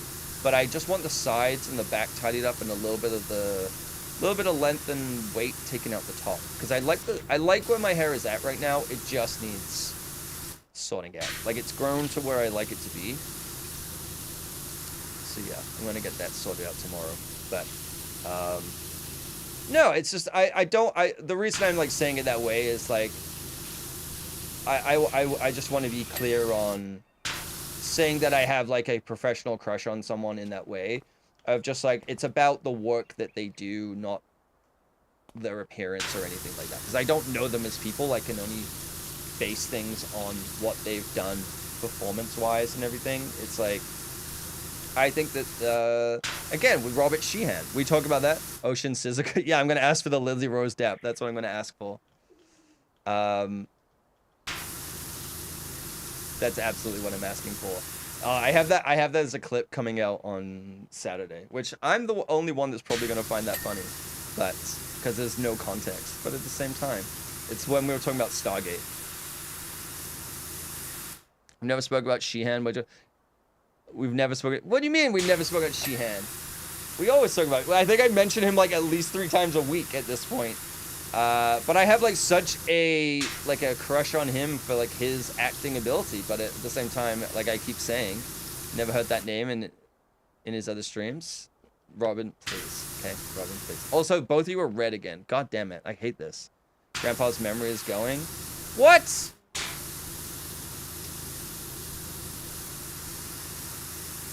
Unbelievable. I think the problem is because they're both red, I'm just not acknowledging what's happening. Much prettier red, no offense. Yours is definitely more readable, I'll say that. In Twitch chat, Pyro is orange. Yours is pretty consistent across the two, I'm not gonna lie. But so I just continue talking as if like I'm talking to the same person. When I used to work at Tesco, which is a supermarket in the UK, there was a security guard. I was like 17, 18 at the time, and I used to work at the cigarette kiosk. There was a security guard that worked there called Paul. And what he would do is he'd stand there all day. He would tell you about all the books that he's reading. He really wanted to sound smart all the time. And he would tell you all about the books that he's reading and this and that. And you're like, cool, that's nice, Paul. But what he would do is, I would be in there from like 4 till like closing. And he would tell me all about the books that he's reading. And I'm like, oh yeah, great. And I couldn't escape because I'm like in this fucking kiosk. So I just had to stand there and listen. It's right by the door. And, but what he would do is, whoever took over for me for my break, he would continue the conversation with them as if like they were there the whole time and just talking about what we were talking about, which wasn't us talking, it was him talking at me. Kind of like what I'm doing to everyone right now. And then I'd come back and he'd continue the conversation with me as if I was them and I knew all the information he was just going on about. And I was just like, what the fuck is happening, dude? I'm offended when I use the Twitch app and it goes back to black. It's black on the app. Like the background is black. I think I have mine in dark mode. The difficulty I have with Twitch is some people's names, they have it set to a specific color and you can't read it. I can't, like there's some people's names in other channels where I don't know who's typing and I have to click on their name every single time. Your username is black on the... See, for me, on the website, or the embedded chat in OBS, your name is orange. Weird. But then, yeah, you can't see... When it's black on the dog, you can't see it. Like, they should have something coded in where it's like, if you are set to this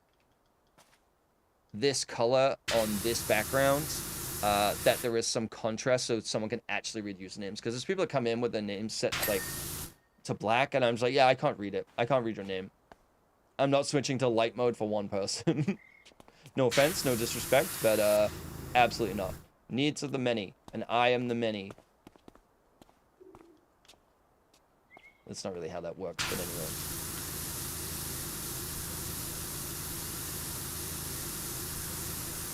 Yeah, we gotta figure out how to get up to the top. I think I'll be fine. We'll be okay. We're gonna get through this, okay? Maybe I can stack them. I think I already said that, but I think I can stack them a little bit. And that'll get me up to the top. It's just the game won't let me buy some freaking cleaner. It's like, oh, we're out of stock. How? It's a digital store. It's a digital store, okay? How are you out? And you had to be out on this level? Really? Really? Couldn't let me just, couldn't let me have this one? Unbelievable. I think the idea of DLC in a game like this too is really funny. Is that I'm paying money to add more levels with a lot of dirt on that I get to clean. It's such a weird thing. But when it comes to my own apartment, I refuse to clean. I'll clean it. I did dishes before I started stream. It was running while we were chatting, which is like good because I'm now like so happy that all my dishes are clean. But I'm like, man, it takes way too much effort. Yet I'll stand here for 2 hours and power wash a fucking brick building. I don't know. I would do this as a job. I just don't want to do it in... The problem with doing it in Vancouver or even like back in the UK is it's too cold and wet all the time to want to be outside doing this. It's just like, it's not a fun experience, you know? If it was in California, saying that there's not enough water in California to do pressure washing, but, you know, at the same time, that's probably the place to do it. Just being outside all day. You know, if it gets a little hot, you just kind of point it in the air and it just kind of drenches down on you. That sounds kind of tits, I'm not gonna lie. The thing that's crazy to me is there's that guy on TikTok who, I guess he's on YouTube as well, where his entire business is him just like mowing and cleaning up people's lawns that are kind of dilapidated for free. And it's kind of insane to me that that guy's making enough money from social media platforms more than if he just charged these people money to do these cleanups. I guess the people wouldn't let him, they probably wouldn't pay the money for him to do it anyway, because they don't have the money, otherwise it would have been maintained regardless, maybe. So like it's free business, if you will, promotion for his business. Oh, Lara Croft's talking to me. Everything is done and dusted over here in Egypt. I'll be back in England to see your handiwork very soon. Okay. Well, that was non-tent of a message. But I just find that so interesting that someone, like, I think his business thing is kind of a net good in the sense of like it's not hurting anyone. He's just cleaning up people's yards. Yes, he's getting, you know, promotion for his business.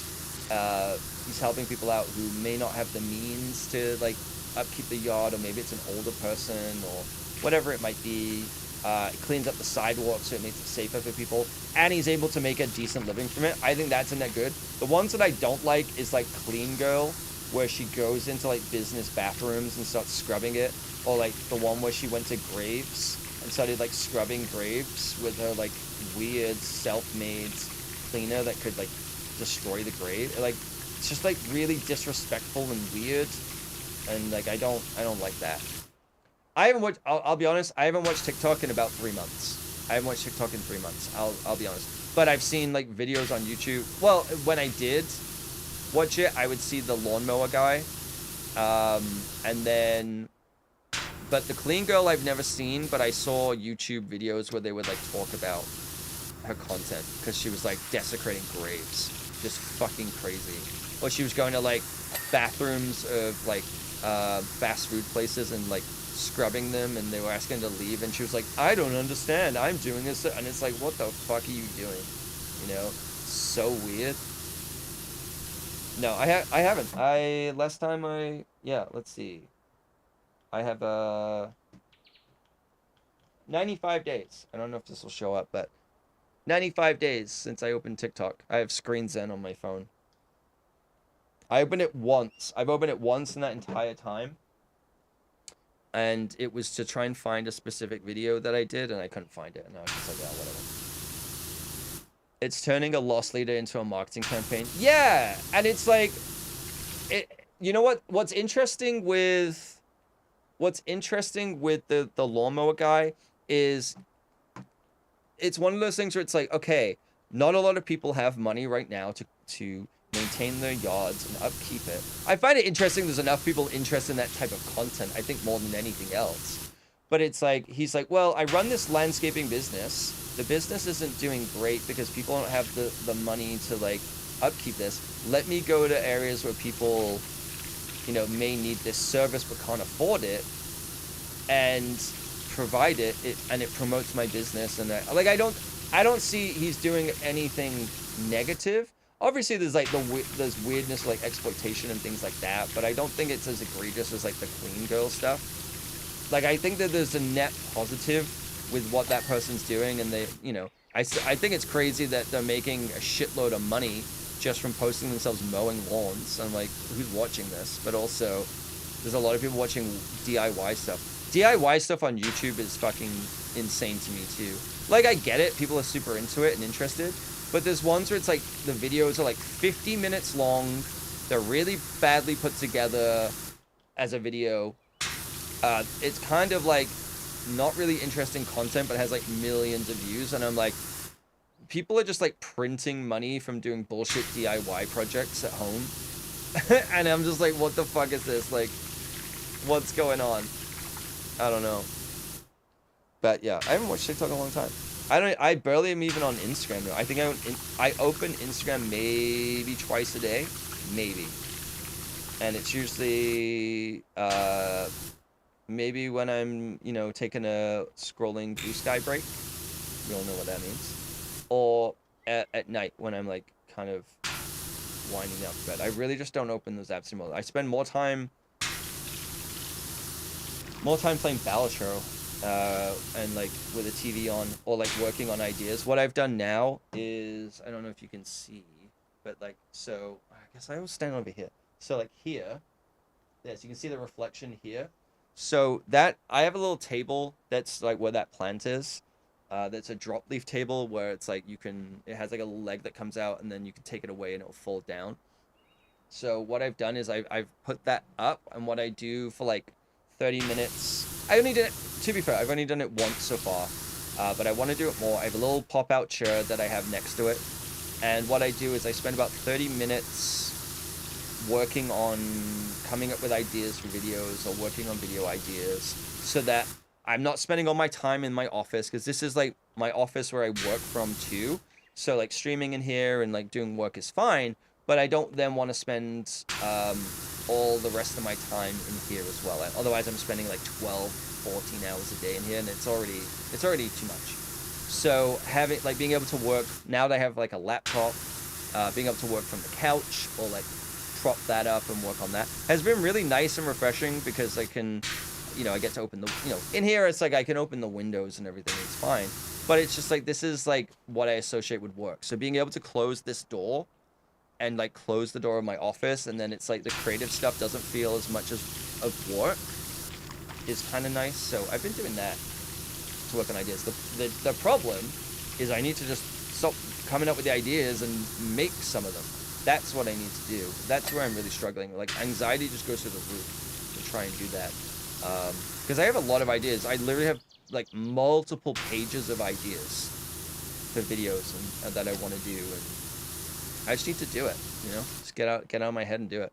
Spatial separation is surprising that exists. It really does, right? It's just like closing the door to my office, but still continuing to do some work, but doing the work that I'm passionate about.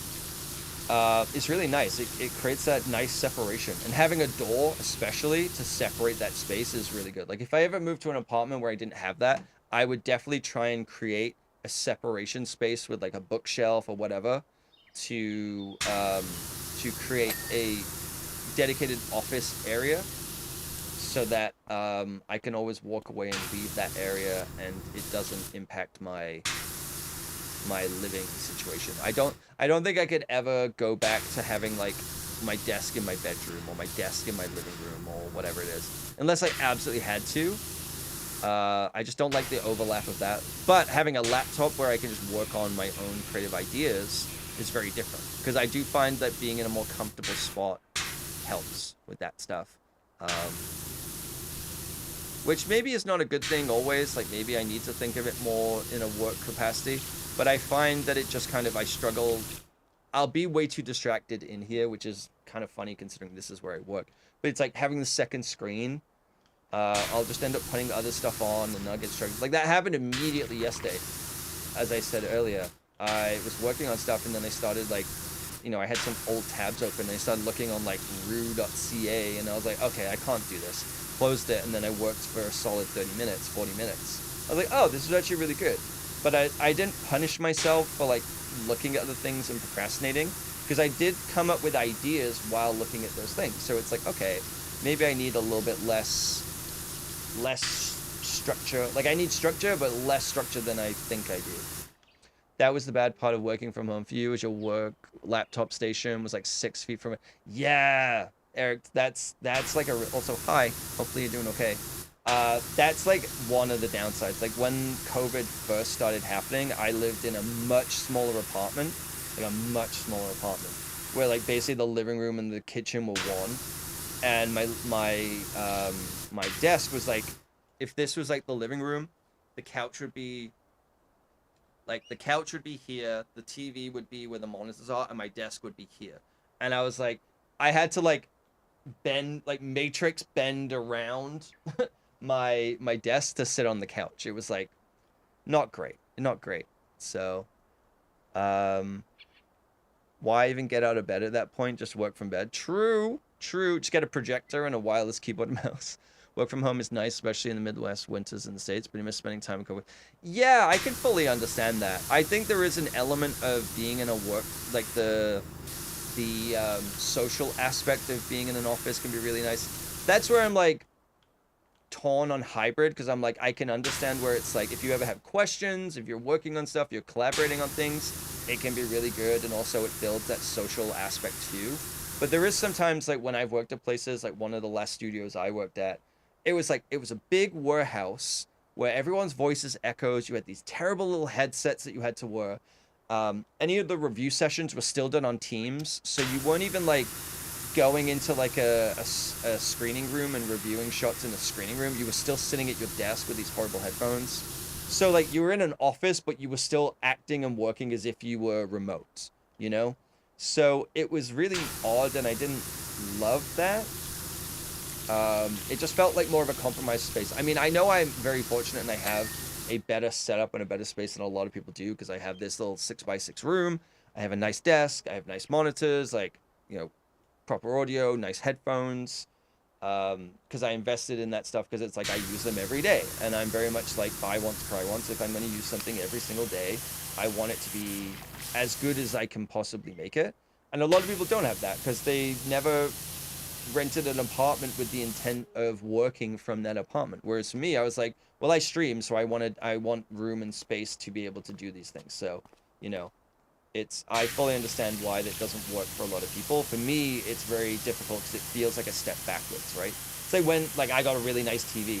Whenever I'm like going somewhere and I look at other TVs, and we're watching stuff, or it's like I got a new sound system and I really like my sound system. It's like I go to the theater now, like the actual movie theater, and I'm like, this isn't as good of an experience as I have at home, because it kind of it's like a projector that's kind of washed out. I don't have to share it with other people in this big sweaty room where there's no AC, and it's not, you know, I can't pause that. I'm just like, So I kind of ruin certain things for myself, right? Teaching via WebEx is also harder than in person. Yes. Certain positions is definitely going to be a lot harder to do remotely, especially when you have to show people stuff, because you can't just like take over the machine, or you can't point to the screen or whatever. It's a much more tedious process. I've realized that too, because like being a supervisor and like having to like screen share with someone and try and show them something, and it's just like trying to be like, no here, and I can't just like remote desktop into the machine because it's the local machine. And it's like, okay, this sucks. I need the long boy. There we go. Maybe this will cut it. I don't know.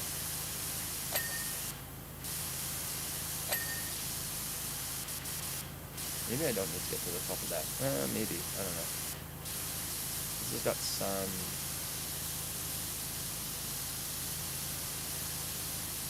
We'll go around the other side. No, we won't. We'll fall to the ground and kill ourselves.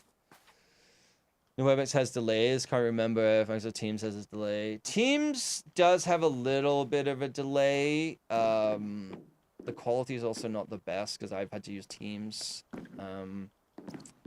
But yeah, it's just like certain tasks are really freaking tedious to do remotely. But then there's some stuff where it's like if I'm just working as an artist and left to my own devices and doing stuff, it's actually kind of nice because I don't have the distractions. I'm not in like a cold office or it's a hot office. as much as it's like it's always good to take breaks, people like constantly like stopping and chatting and going to get coffees and everything. Like when I'm in the zone of stuff, I find it a lot easier to focus when I'm at home, when I'm working on stuff. And the other downside too, though, is it's hard to know when to stop working as well, right? It's hard to kind of have that cut off when you're in an office and everyone's leaving. You're like, oh well, it's 6 o'clock, time to go, you know. So it can be a double-edged sword on that front. All right, there's an ad that's gonna run in a sec. I'm just gonna preemptively run it myself and take a bathroom break, and I will be right back in a couple of minutes. Constantly work through breaks and late. Yeah, it's hard to kind of create that separation when you work from home, and especially if you don't have a space that's separated. You feel like, especially if it's in a bedroom, you feel it's hard to relax and wind down, right? So, all right, I'll be right back. I'm gonna run this ad, and then I'll be. And I'll put Sarah on so you can keep an eye on her while birds chirp in the game.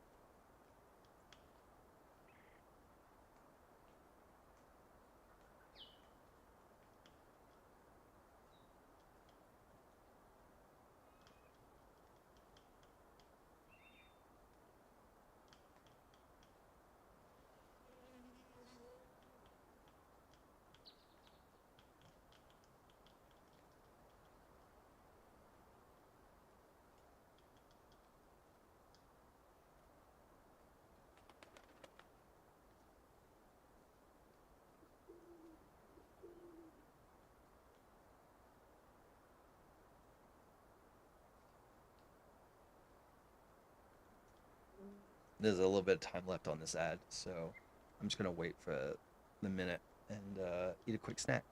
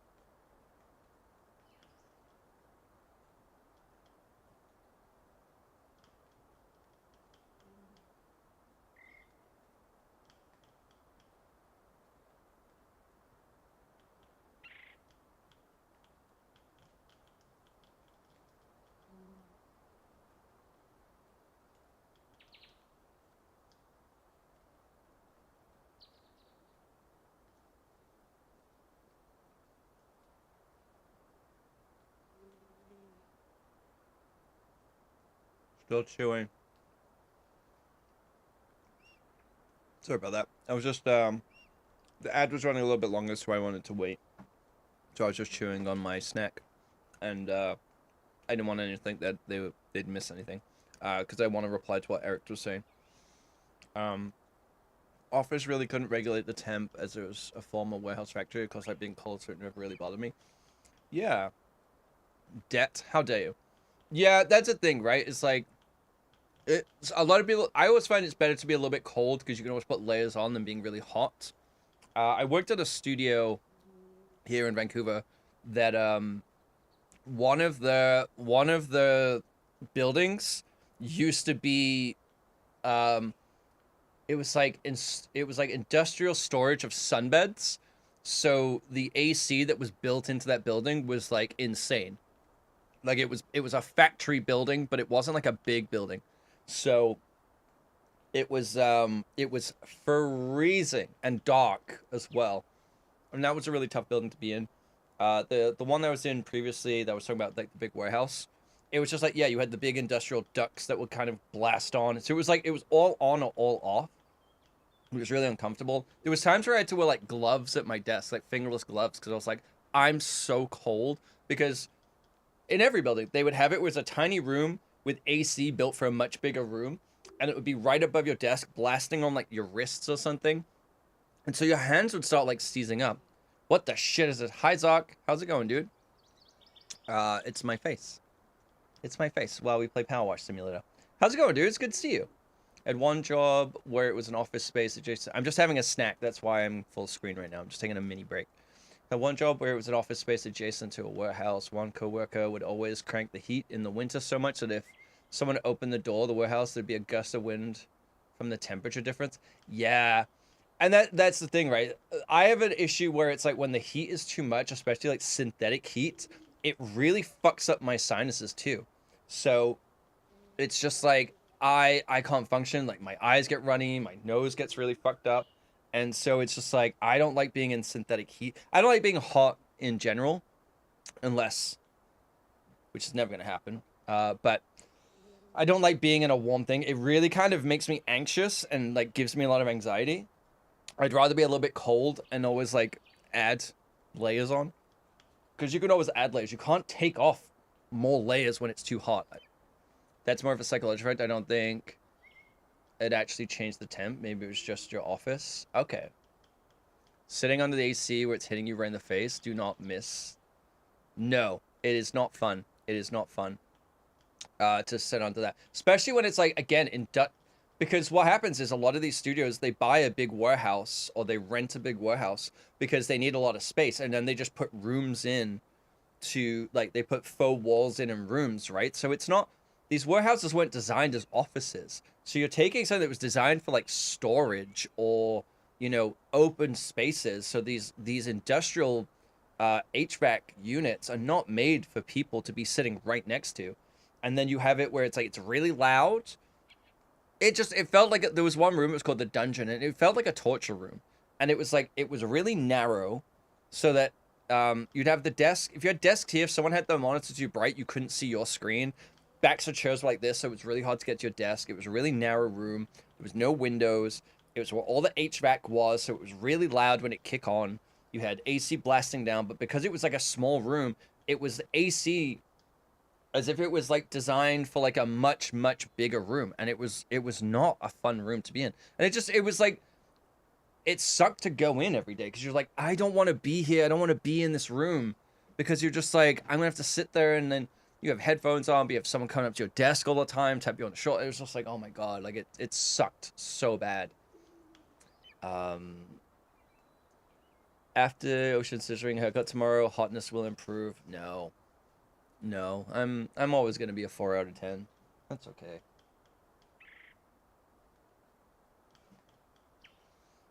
I'm okay with it. Industrial AC, industrial lighting was murder. Yeah, like that was the other thing, like fluorescent lighting, and it's just like you hear that constant hum. You hear that it was just like, oh, it was torture. It was so bad. God, we have so much left to do on this thing. Half the odds on the team, put cardboard above the desk to detect, deflect the AC and blah, blah. Yeah. Some of our supervisors, what they do is, because we had like the ISO monitors, which are like a more fancy monitor, they come with like the things that go around it to kind of block light coming in, and they would have to do that. And yeah, the stuff that people had to do to like block off light was insane. It was absolutely insane. That and the 24-inch Wacom's reflecting light. Yeah. Well, that was always the problem. It's like, we'd have someone in this room. And it wasn't the main monitor. It was like the non-calibrate monitor. It would be like white mode of everything, and they'd have it full brightness. And you're just like, as soon as they turn it on, the glare off that thing, you're just like, I can't see your monitor. Like, can you please? You'd have to be like, hey, can you like please either like tab away or make it smaller, or use dark? Like, having to like, you know, I understand there's always compromise when you're working in a shared space, but it was just like you having to ask them to completely change how they how they like use their stuff. It was not fun. It was really not a fun environment, and I don't miss that. And then like the jobs that I've had reach out to me where they're like, oh, like I've toured the buildings because I worked for one of the companies. I worked for the office in another country, but they had an office here, and so I went and toured the building, and it's just a big. The other thing is my job being a compositor.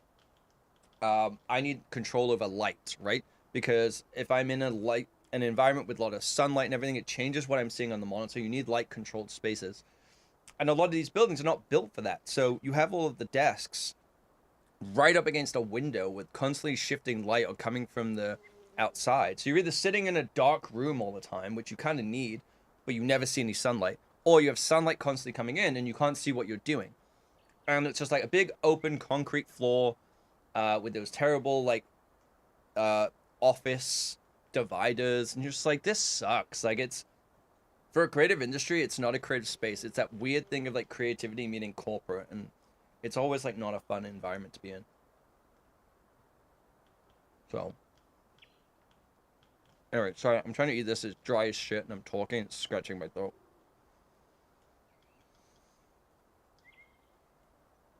Producer, when I was working on The Sims Castaway, I had a brilliant idea of using company funds to let us decorate our shared space with dividers that were tropical, set up umbrellas and everything. Then the fire team safety. Yeah, that's the thing, right? That's the other aspect of you try and one, that's dumb, but two, it's like plan the office space for something like have comfier spaces for people to go to, you know. I understand why you get a big warehouse and you do it because you get a lot of space and you get a lot of freedom to design how it goes out. But maybe try and make it feel a little bit comfier, like have places where people can sit and have a conversation. Don't have these tiny kitchens that no one can sit in and use. Like when I worked at one place, they had a room at the back of a kitchen with a giant TV, and everyone was afraid to go sit in there and use it because it was just like frowned upon for taking breaks. And I'm just like, this isn't it, you know? They design spaces where it's like it looks nice, but it's designed to make you feel bad for using it, and I just don't fuck with that. I don't know. It's like if someone is not got the, someone's not gonna perform, and you have to use psychological, environmental things to get them to do that, then they're probably not the person you want in this place anyway. Or you need to change something bigger that is creating that situation where they don't want to be at the desk and don't want to work, right? Either it's leadership or management or whatever it might be. There's a bigger problem at hand that you need to deal with. Like, I've said many times, I don't think I'm not a great artist. I'm a 6 out of 10 artist at best because I just don't have a lot of technical know-how. And I'm like okay at what I do, but my skill comes from perseverance and persistence, and I'll work my ass off to like get the end result. It may take me a little bit longer, but I'm willing to put the work in, and I can brute force my way through that. And that's where my skill set comes from. And I've worked at places with good managers, bad managers, things like that. But I've had consistently, we've not hired a lot of people. We had to let some people go. But the ones that kind of, I don't say all worked out, but I have had 3 people now who have worked at the studio I was at, where I've been the VFX supervisor and the like head of the department, that have told me, who have been in the industry for, one had been in the industry for a year and one had been in the industry for about 5 years. And there was another one who I knew, but they were my friends, so I take that with a grain of salt. But those 2 people that I didn't know very closely who worked with us have told me in letters, in messages and everything, not asked them or anything, that I was one of the best supervisors they've ever had. Because I treated them like a person, because I was realistic with what I requested of them, and if something was really wrong, I had a conversation with them about it. I treated them as an adult that was able to run their own time, and if the ones that didn't work out was because I let them be an adult and operate as an adult and control their time, and they were incapable of doing that. And, you know, fucked around or did things where I was like, this is not working, you know? And it takes a lot to be in a position where you don't continue hiring someone. You either end the contract or you let them go. We let 2 people go, and we let one of them, we just didn't renew the contract because we were like, this isn't working out. And it takes a lot to do that, but we're such a small team that we can't afford to just have someone dragging their heels on those things. But I can be tough, but I'll be fair and I'll be reasonable, and I don't waste their time. I'm not wasting their time on stuff that doesn't matter. Like, we're aiming to get the best quality of the workout that we can so that they have something that they're proud of on a reel. It looks good in front of a client. And we're also doing the best work that we can. But I'm very reasonable with them and I trust them. And I don't, you know, just because someone fucks around and messed around, I don't punish the rest of the team going forward by being like, oh, well, this one person fucked around and did this. Suddenly no one's allowed to, like, work autonomously and you have to check in every 2 hours. Like, no, that's not how I work. It's like everyone starts with this level of respect and responsibility, and it's up to you to retain that as an individual. And if you don't retain that as an individual, then it becomes a problem. And that's how I operate on those levels, because I also have to be an artist. I don't have time to babysit people. We had someone where it was like they were submitting work and the entire screen was strobing and glitching, and we hired them as a senior, and I was like, this is wrong, fix it. And then they submit again, it was still broken. It was like, this is still wrong, fix it. And then they still didn't fix it. And then it reached the point where it's like I had to jump on a call with them and I'd circle and be like this. And they're like, yeah. And then they'd do it again and they didn't fix it. And then I was like, what is going on? They're like, I don't see what you're talking about. And the screen was strobing and I was like, this is a problem. This is a problem because we've hired you as a senior and you're telling me that you don't know how to identify a problem with something that is very obvious. That is a concern to me. And then eventually, like, that was a person who we decided not to continue with, because they were doing stuff where Mondays, they were disappearing for like 4 or 5 hours. And then I found out, and then they'd be like, oh yeah, the farm's not working. It's not rendering. And I'd check because I was the supervisor. I would check. And they hadn't submitted anything in 4 or 5 hours. Turns out they were taking 4 or 5 hours out in the middle of the day to play D&D with their friends and just weren't working, but charging the hours. And we were like, yeah, that doesn't fly. That doesn't fly with us. You know, you have the responsibility of your own time. As long as you're getting the work done, I don't give a shit, but you're not even getting the work done. That's the problem. Like, I will give you some grace on things like that, but I'm like, you are literally taking the middle of the day. Like, they're used to working in a team of 30 people where they can hide in a team, in a group, and get away with that stuff. There's me, that person, and like maybe one other person. I'm like, I could see everything you're doing. Like, you know, so the situations like that where I'm like, nah, this doesn't work, because I'm giving you the respect of an adult that you know how to manage your time and do your job, and you're not doing it. You're kind of taking the piss, and their attitude was really, really bad in a lot of ways. I was like, no. I'd rather not have you part of the team because you're actually making the work harder. It's easier for me to take on your work and do it myself than to have you continue and behave in this way when you're a grown adult. So many office spaces I've worked in have always had the opposite effect of the intended design, trying to make the place more comfortable, welcoming, and it just made everyone want to get the fuck out at the earliest point. Yeah, because it starts to feel like people are very aware of that stuff, of when a space is designed to be that way, in the same way of like overtime meals and things like that.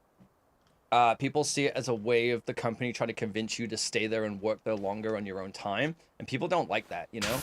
It's like, create an environment where it's comfortable to sit down and have lunch, or there's like somewhere you can go and take a break. But don't try and like, it's that thing of like when they describe it as like, we're a family, and you're just like, nope, that's a red flag. I am not buying into this. And the worst part is I see people who do buy into it, and they're like, I've had it where a company was offering overtime meals, but the money that they were offering didn't even cover the overtime meal. And I was like, I don't want to buy junk food. I don't want to spend my own money on junk food, because I wouldn't order it if this wasn't available. And someone was like calling me ungrateful. I'm like, no, it's just like, if I'm getting a meal provided to me, I kind of would prefer it to like be provided, not me pay for it, because I wouldn't choose it, because they want you to do the overtime meal so that you're not taking 35 to 45 minutes to an hour of stopping work, going out and like either finding food, or if you're at home working remotely, stopping for an hour and making food. They don't want you to do that. They want you to keep working. That's the whole point of it, is so that you keep working.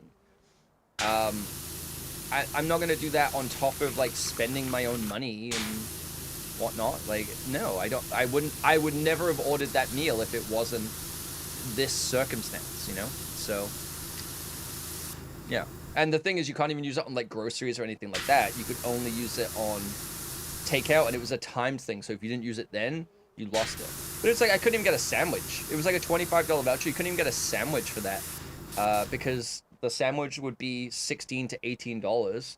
The service fee would be like $7.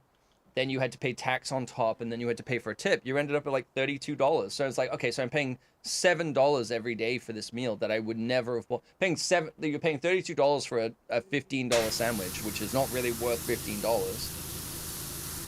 And on top of that, I'm paying out of pocket for it, which I didn't want to do because I have food at home, you know? Favorite boss who wasn't boss more a mentor, always called you out honestly when he knew I could do better and called me out when I excelled. Yeah, that's another thing too. That's another thing too of like a lot of people, especially in VFX, they only call out the things like mistakes, and they only call out bad things. Rather than like actually also commending people for doing good work too. You very rarely get praised, you only ever get criticized. And the other aspect too is one difference I would do, whether or not it's like, you know, bad form or whatever in a managerial sense, like if I did something wrong, if I made a mistake, I would own up to it. I wouldn't make an excuse. I would be like, no, I made a mistake, this is my fault, I'll correct that, I'm sorry. And I would apologize for it. And I think that people respected that because they didn't feel like it was rule for me, not for thee kind of thing, or rule for thee, not for me. Or do as I say, not as I do kind of thing. It was like, no, I made a mistake. I acknowledge that. I'll keep that in mind going forward, and I'll improve that, and I will apologize. And I would apologize in front of people. And also, if someone did something that was really good, but I maybe finished the shot or whatever it was, or I had to stay and do something, I would be like, no, like X person did this, they did a really good job. I just like took this, like they did a great job with this. I never tried to take credit for someone else's work. I always tried to give them credit. And I think people value that because it's like, yes, it's always nice to have a job that pays well. Yes, it's always have a nice job to work on like the bigger stuff. But really, like at a certain point, and I'm sure you can feel the same way, Pyro, with games as it is in films, it's like a shot is a shot is a shot. Eventually, it just becomes work, right? Eventually, it's just a job. It can be a creative job, and you can enjoy what you do, but it's a job. Like, a green screen is a green screen. It's always going to have challenges. It's always going to have problems. It's going to be the same or similar problems. But it's all ultimately just going to stop feeling the same. So you start looking at other things of like, why do I want to work at this place? Why do I want to stay at this place? What makes this place good, bad, other, right? And so I think feeling valued and respected and treated properly, not just like benefits, but benefits and like perks can be nice, but I really do think people value themselves being valued as one of the more important elements of that too. And I try really hard to like do that and put myself in their shoes and be like, if something's going on, giving them the benefit of the doubt before I like going in and blaming them and this and that. If there's a pattern that's emerging and I'm like, okay, what the hell? Like we had one person who we hired and they were like supposed to be a really experienced senior, and they were messing up on really basic things, and like they were arguing back with me and like basically blaming me to be like, well, maybe if you did a better job and I was like, what the fuck, man? I was like, no, you're making like very bad mistakes. What they were essentially doing is not checking their work. They were never checking their work and submitting it, and just they were basically just shitting out versions all day. So like I would have to check every single version that someone do. This person was putting out like 10 versions of stuff a day, and it would take me 10 minutes to check a version every time. Eventually I was just like, if first thing I say, I'd kick it back. And I was just like, you're not checking it. And they were like, this. And one time after like, there was something that should have taken 2 versions, and they were up to version 18, and they kept submitting it, and it kept having the same problem every time. And they called me and they're like, hey, I figured out what the problem was. I was like, okay. They're like, yeah, every time I try and render this, it crashes. And when it crashes and I open it up again, this node disconnects and it reintroduces this problem that I fixed. And that's why it keeps happening. And I'm like, okay, But what you're telling me is you're not checking your work before you submit it, because if you checked your work before you submit it, you would notice that problem and you would fix it before submitting it. And it's like, telling me that you figured out what's causing the issue is one thing, but you're actually just telling me right now you're not checking your work. You're just doing stuff, not looking at it, and then submitting it. Like, this person was a lead, essentially, like, not the same level as I was at this company, but a lead who checks other people's work and goes through it and is like at a managerial-esque level. And they were like not even putting grain onto the shot. And it's like, that's the basic. That's like, any junior knows that. And I was like, you're not even checking that. You're not even looking at the work you're doing. Like, shot would be missing frames. It would be the wrong thing. They were not looking at, like, basically checking your work is what separates junior from mid, not even senior. Yes. And they were a lead, which is above a senior. And so I was like, there's no excuse at that point. There's no excuse, because your job at previous studios, like, they weren't hired with us as a lead, they were hired as a senior, but their job at previous studios was as a lead, which their job was to check the quality of the work of other people. And I'm like, you're not even checking your own. I was like, this is not okay. Like, calling me to kind of like get aggressive with me about like, you know, oh, well, you know, maybe it was the template, maybe it was this. I'm like, even if it was, you can have grievance with that, but if you know that that is the problem and you know to fix it, fix it. You know, it's like, I can't keep doing it for you, and I can't keep wasting my time. Again, 10 versions a day. I was spending 2 hours a day just checking this person's work, and I was like, eventually we had to let them go. Like, actually let them go. Like, I think like a week or two before the end of a project. Because I was like, it is a detriment to my time to keep them on this project, because I'm wasting more time checking their work than I am doing work, and it would be easier for me to just do the work, because it would take me less time. And it did, and we ended up letting go, and we ended up finishing the project on time and getting it done. And I was like, that really sucks, because I shouldn't have ever been in that position. Should have never been in that position.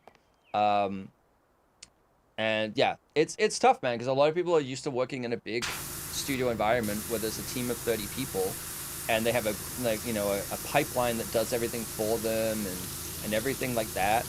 And they're not used to doing things a little more manual, which is fine. That's totally valid. You've got to relearn some stuff to do that. But I'm like, there are fundamentals where that shouldn't change. You should be checking your work. You should be like doing the requirements of the job.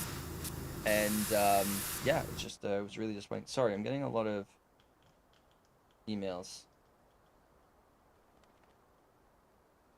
about this meeting tomorrow. So yeah, it's just kind of like, you know, I've made mistakes. I've fucked up a lot in my time. I've been lazy and not checked my work as well as I should. But there are certain things where I'm like, there are limits. You should have had the smarts to set up a process or pipeline to fix error and mistakes after second or third time. Yeah, and this went on for like weeks, and it never it actually got worse. It never improved. It only got worse. Yeah, it was really bad. It was really bad. Like, I don't know a lot about pipeline. I don't know a ton of stuff. Like, to be a lead or a supervisor in my field, you don't necessarily need to have a ton of technical knowledge. Like, it can help, but you don't have to. It's more about the overseeing the quality of the work and things like that, and you follow the processes, and it can be manual and it can be slow.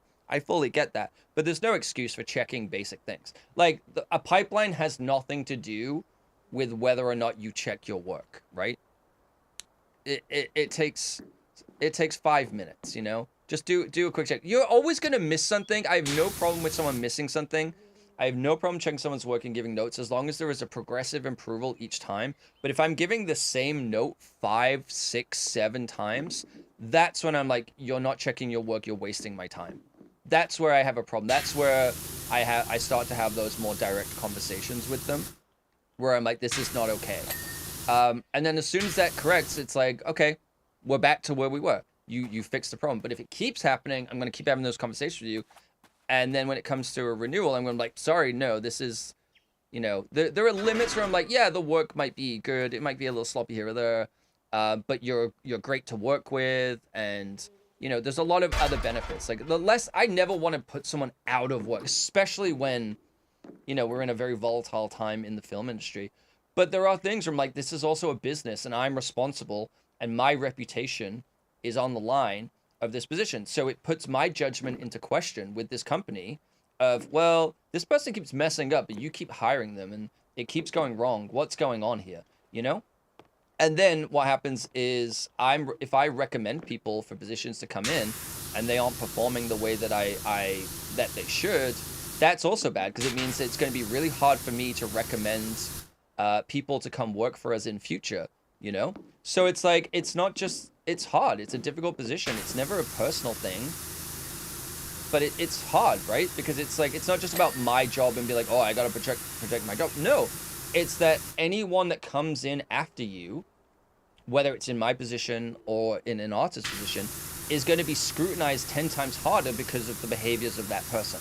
And I want to mitigate that where we don't end up in a situation where, you know, the head of studio or the supervisors or the owners are just like, okay, well, now we can't trust you to run your own departments. Now we're going to oversee everything. Like, that's how I ended up where I am, where it's like I was brought in as a supervisor of the department / head of department just because it didn't exist. And over the 18 months that I was there, I became the VFX supervisor where they let me oversee the entire project on my own. Like on Sonic 3, I oversaw the entire project, not quite on my own because there was graphic stuff to do with that, where I just don't have that skill set and I needed like additional eyes on stuff. But I was the overall VFX supervisor for our studio on that movie because I had earned the trust and respect that I knew what I was doing and that I was hiring the right people and I was giving the right notes and like I was capable of doing that. I wouldn't have had that opportunity. I would have had if I just let stuff like what I just mentioned about slide, because they knew that they could trust that I would get the work done if I had to.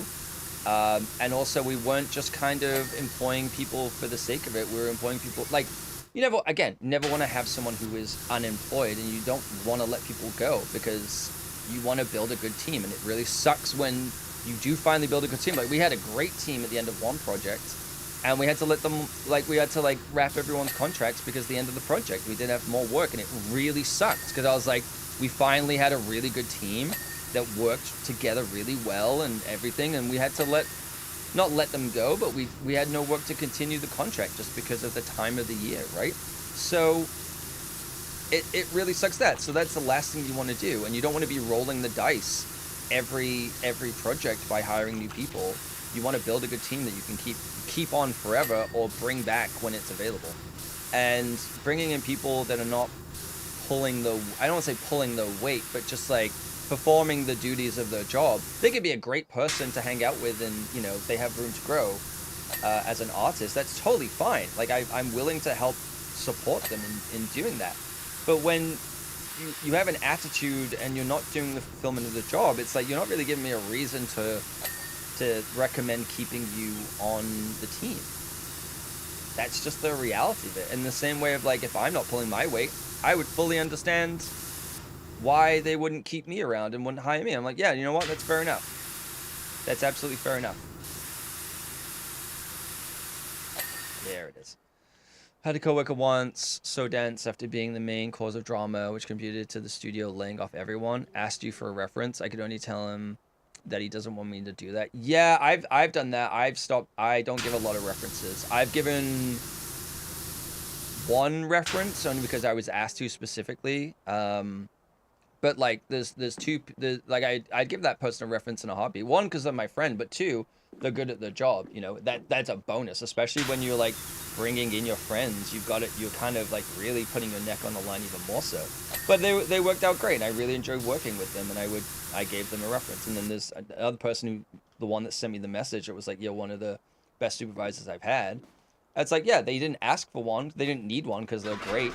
But I would give them a reference in a heartbeat, but I won't give a lot of other people. Connected to chat, hell yeah. Gotta love it. There's not a lot of people I would give references to. It's really difficult as well because it's like, especially if you're giving, if another studio asks for like a feedback or a reference, when you're giving feedback, if you say one, if something happens and you're being honest about it, that's fine. But giving bad feedback, it can be really weird because you kind of like, again, I don't want to take a job away from someone. But at the same time, if I ever have to leave and work at that studio, then my judgment is called into that as well. So sometimes I'm like, there's certain things you can do. We can like, yeah, the best way to get around it as a supervisor at least is like, you just confirm that they worked there between the times that they did and perform the duties of the job. You kind of don't add anything extra. The one that I had to do for my friend, and they were just like, would you ever hire this person again? I'm like, yes, in a heartbeat, and like everything. I would have said that regardless for that person, whether I was their friend or not, because they did a really good job and they, you know, saved my ass on a lot of things. Okay, so can I... do these stack or no? No. No, I need to drink more. My throat's getting wrecked. You need one, will you give me one? Absolutely not. I'll say that you made me a nice hat. Does that count? It's for Twitch mod. You just have to say a troll streamer and discipline chat. Then absolutely not. Absolutely not. I will never say a nice thing about you, Robin. Okay? I think we've established that. I think that's the dynamic that we have over here. But it, you know, sorry, I know this is like not the most interesting topic per se. I find it interesting, so I like having this conversation. I think it's good to have conversations like this because I think it's important if people are very focused on in their own world, in their own mind, and like they forget that also as much as like they can have bad bosses and managers and everything, they also have a lot of stuff going on too that you might not be aware of. There are people who are just dicks and don't give a shit, but I guarantee most of the managers and bosses people have do, even if it's just to save their own ass and not get fired or whatever. But like, yeah, sometimes those decisions are not made lightly, you know, and it's tough. And it's like seeing the other side of it. I came out of like being the supervisor and I was like, you know, saying to people, saying in a joking way, but kind of meaning it. It's like, I probably owe a lot of my supervisors in the past, like an apology for like doing a lot of the things that I was getting frustrated with that some of these people we hired were doing, you know, of like being a little lazier and checking my work and things like that, you know. It's like I definitely could have been a better artist just on those kind of things, right? Or having an attitude or whatever it might be. And you know, you kind of seeing the other side of it really does change your perspective on things and gives you a newfound respect for it. And I want to carry that forward in whatever I'm doing and remind myself of that, you know, it's not just me. Like, that supervisor is not just like checking my work and only my work. They're checking the work of like 30 other people as well, you know? And whatever I can do to mitigate that and make their life easier, one, makes me look good, but two, helps everyone on the project because it means that they get to spend their time focus on areas that actually needs, you know, focusing on, right? It's not just about me and my stuff, and you just got to be aware of that. And, yeah. Kevin says, yes, they are present in some of the stream. Yes. Sometimes they're here, sometimes they're not. Sometimes they ring a bell in me, sometimes they don't. She made me a hat, it was wet. Yes, exactly. Cannot confirm if it was Canada Post's fault or her fault, but hat was wet. If you reach out to those people and actually say that, that's worth so much too. Exactly. Exactly.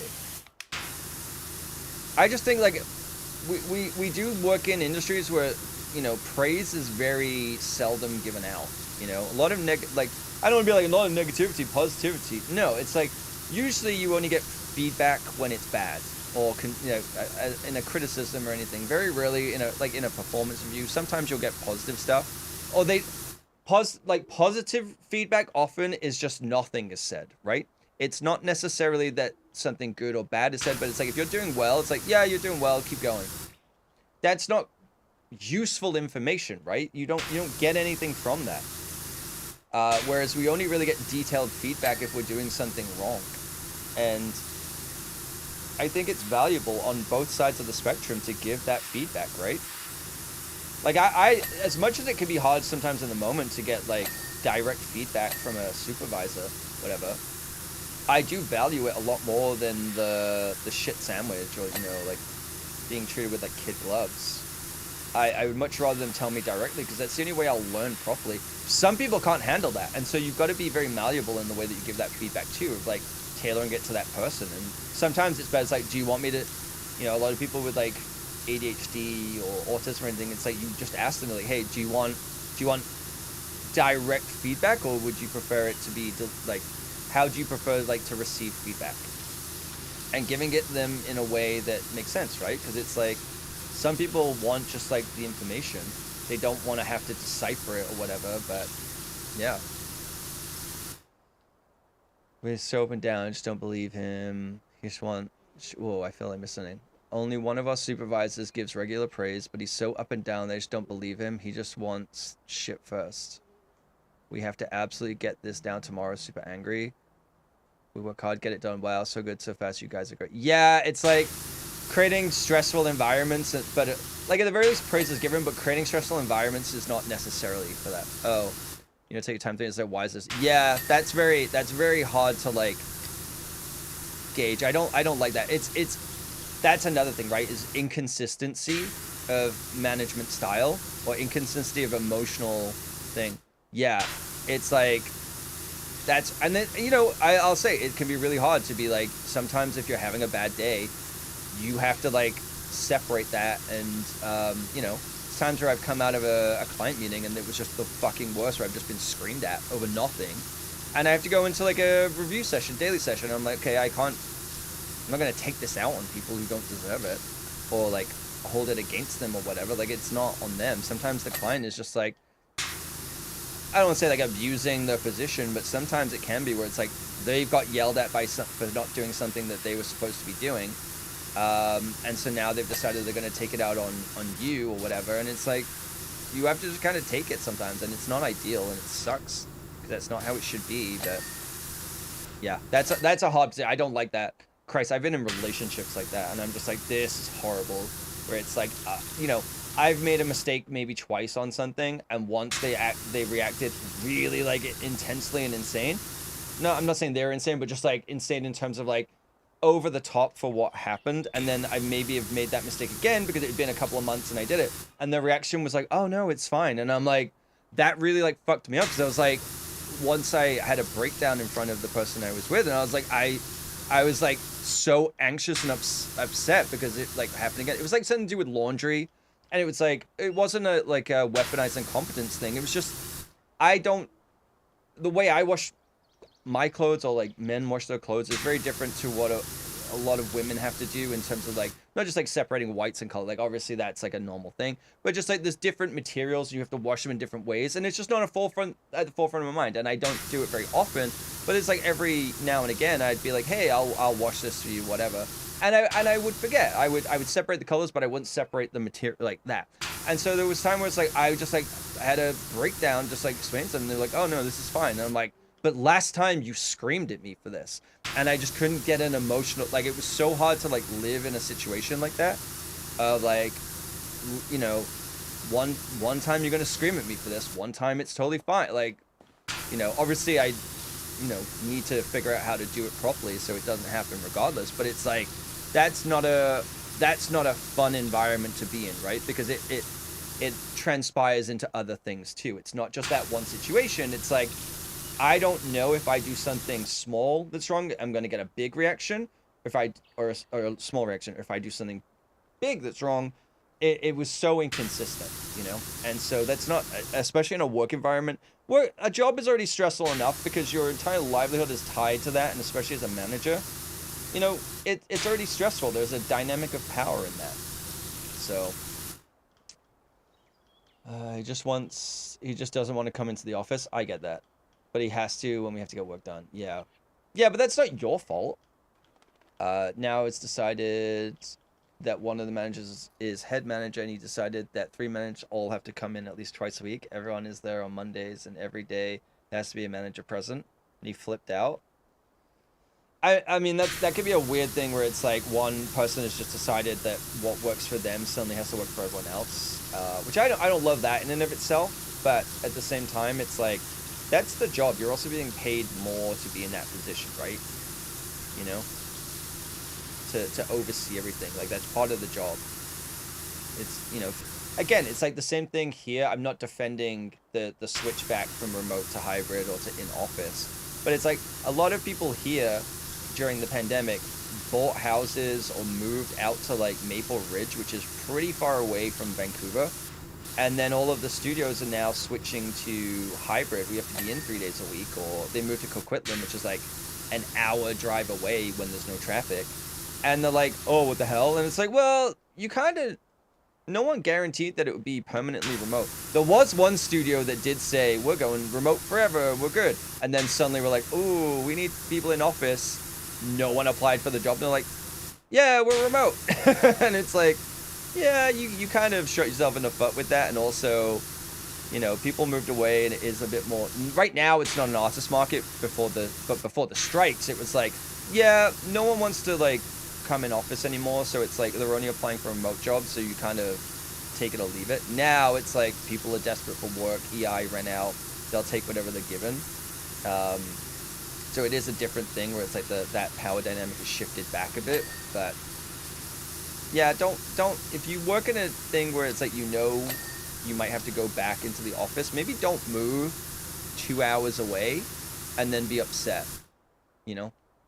Just a thing, like, you know, again, that's why I was saying earlier in the stream, it's like I'd love to live further out and have like a yacht and everything, but it's like if I live further out and I have to work a hybrid job, then I'm going to be commuting an hour plus every day, you know.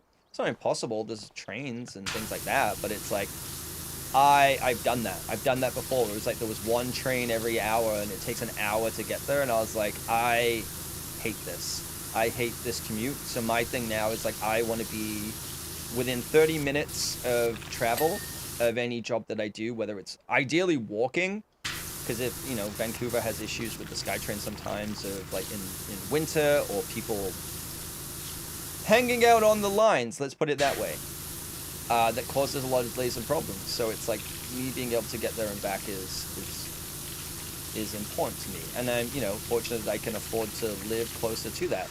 Now it's getting a little harder, but you know, it is just a factor of it. That, you know, the job pays a lot more than other jobs do, and it's part of it is living in a major city and living close to be able to get in there.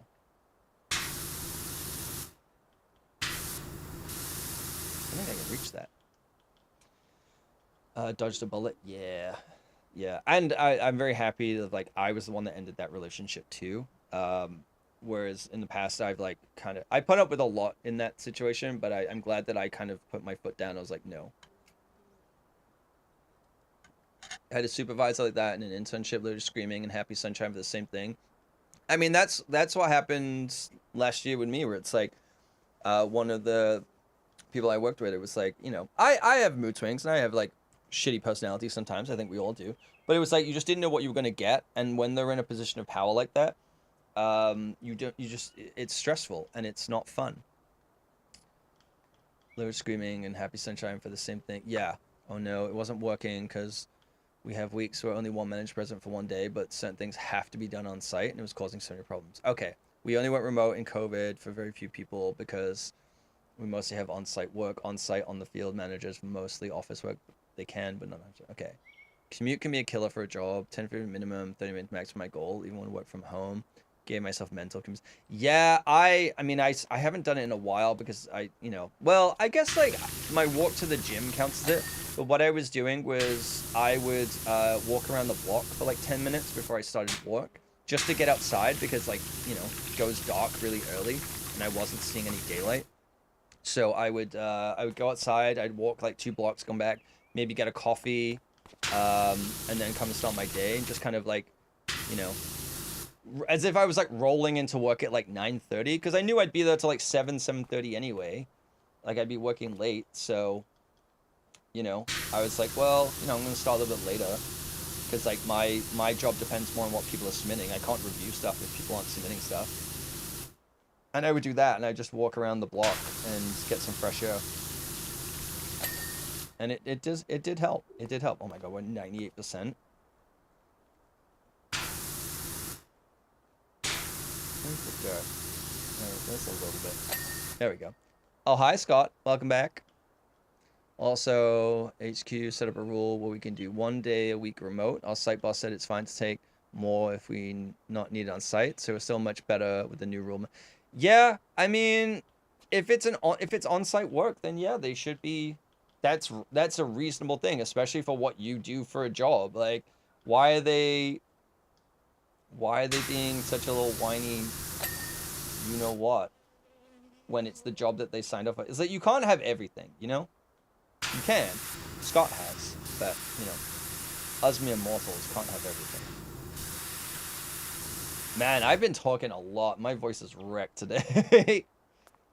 I don't think I drank enough water yesterday.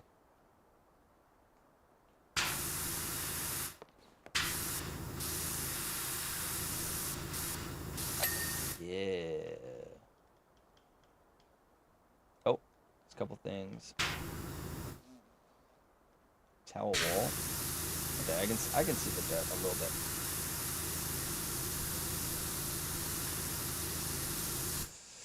Entertain me, daddy. Oh, baby. That's a lot of pressure. How about no, Scott?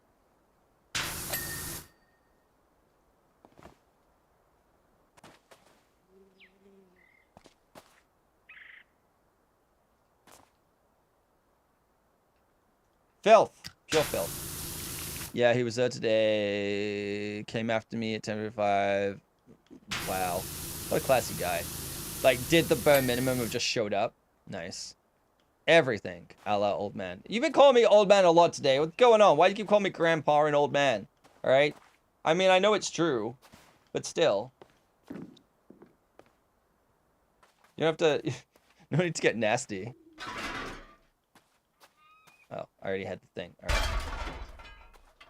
Gary old... Wow. Please don't start calling me Gary. Everyone... Wow. You kissed my mother with that mouth? Sucky. Robin, I swear to Geppetto, I will have vengeance.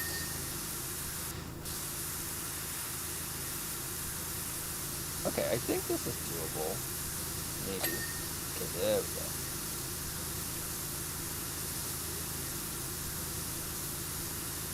Come on. No? Alright. Screw you. Listen, as the only person with more gray hair than you, you are ancient. Wow. I know, I'm pretty sure I have more gray hair. Because, are we factoring body hair as well? Because I have a lot of gray body hair too. That's the other thing. It's like, it's not just localized, okay?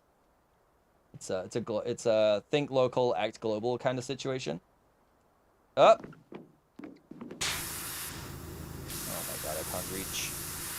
Great body hair. Well, la-dee-da, Scott. Okay. You will. Grandpa Gary. Pyro, please. Don't make... I'll run an ad just to... No, shit, no. You have, I was like, I'll run an ad just to take you out. Feels so young all of a sudden. I'm not used to this. Technology. Yeah. God damn it. Using technology against me. Rude. Well, age is coming for you too, Robin. Age is coming for you. Okay, what was it? A gable wall? Clock gable? I don't know if I can clean this whole window. I don't think this is gonna work. Like, how am I supposed to get into the rim? I need... Look, this window needs a rim job, and I don't think I'm the man for it, okay? Oh, maybe. Triple red? You and your triple reds! My goodness.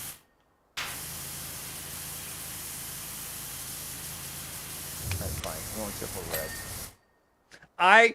I hate so much that immediately ding. I hate that so much. That is... Oh. Oh. Okay, that's gonna be a featured clip. I hate that so much. I hate that so much. Ding! I don't like justifying this. Okay. Oh, I know. Half the people that work at Gen Z. Oh, God. Are they doing TikTok dances in the field?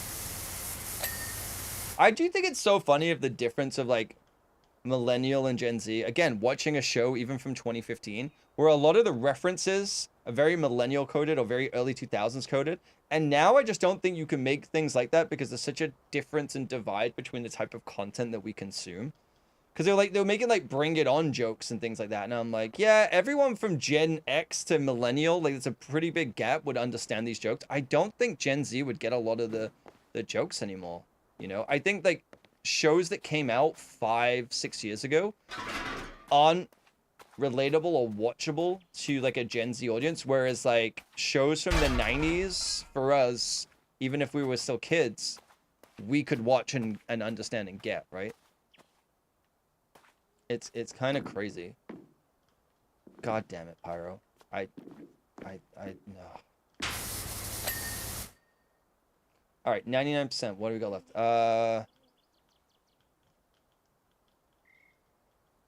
Okay, I'm just gonna run it now. We got a little bit left to go. There's an ad that's gonna run in 5 minutes. I'm just gonna run it now because I need to pee. But I'll run the shorter one. So, HB Cambot, get out of here with a goddamn YouTube video. All right, please. All right, I'm gonna run it now and go pee because I'm so mad that Robin was right.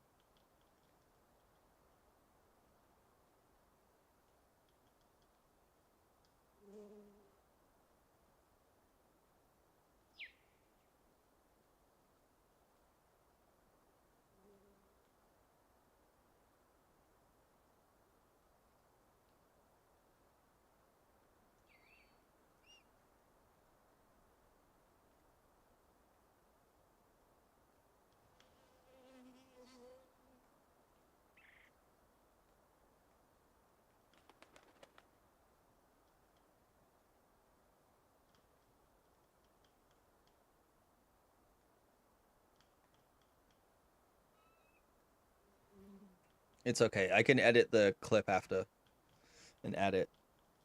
Can't leave out the rim job. Yeah. Luckily, I can edit it and make it a minute long. It's interesting because YouTube now allows 3-minute shorts, which is nice. The downside is Twitch only does 60-second clips. I don't know how long the clips are for YouTube, and if you can do vertical. I think you can just do like the landscape. You're going for shorter. What are you, my genetics? But YouTube, you could do 3 minutes, but I'd have to like download it. So Shants, yes, we could do Shants. I think it's good because like YouTube does really well with short form content because, and then it became about watch time, right? So it kind of broke what did really well on YouTube in the earlier. So having stuff like shorts where it's 3 minutes and built around like views is actually really, really good. Obviously you have to like format it for vertical and whatnot, but I think it worked really well for sketches and short form content. I actually think that's a really good thing. Downside again is it's not landscape. It has to be vertical. But the thing with Twitch is you'd have to highlight something and then download it and then make a vertical version of it. That's the rub, which is not like too bad. Like it's not the end of the world on that stuff. But definitely just like a little bit extra work, which, you know, I'm okay to do. I think just, yeah, I gotta figure out how the clipping system on YouTube works because the YouTube stream is like 25 megabits per second at 1440p, so like the quality should be, like the outcoming clips should be higher. So maybe if I do clips on the YouTube to create things, I don't know. The hard part is YouTube marker system kind of sucks because it doesn't have an API connection. So like you have to click a button in the dashboard. I can't just like hit a marker button like I can on the Stream Deck for Twitch. And you know, you can do stuff where like it will export you can have something in OBS where it'll export like a document that will give you timestamps, but then it's kind of like, so I don't know. What is my TikTok? I don't put any TikToks out, which I know is bad. I know I should, but I think I don't make enough funny clips or enough clippable moments to really put stuff out. I started putting clips out on the other channel, and I was like, oh, okay, these are okay. But then I was like, I'm kind of just putting clips out for the sake of it. I'm not really putting them out because they're good. So I kind of stepped back on that. Okay, what is left? Oh.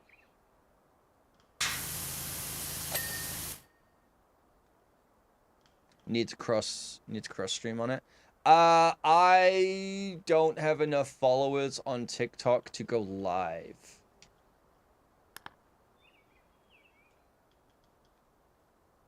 Battlements, buttresses, door hand. Okay. So what? This is the battlement. Okay, so I'm missing. The fuck is a buttress aside from the streamer? Oh, man of wall. Okay. I know there's a streamer called The Buttress. Ah, there it is. Okay.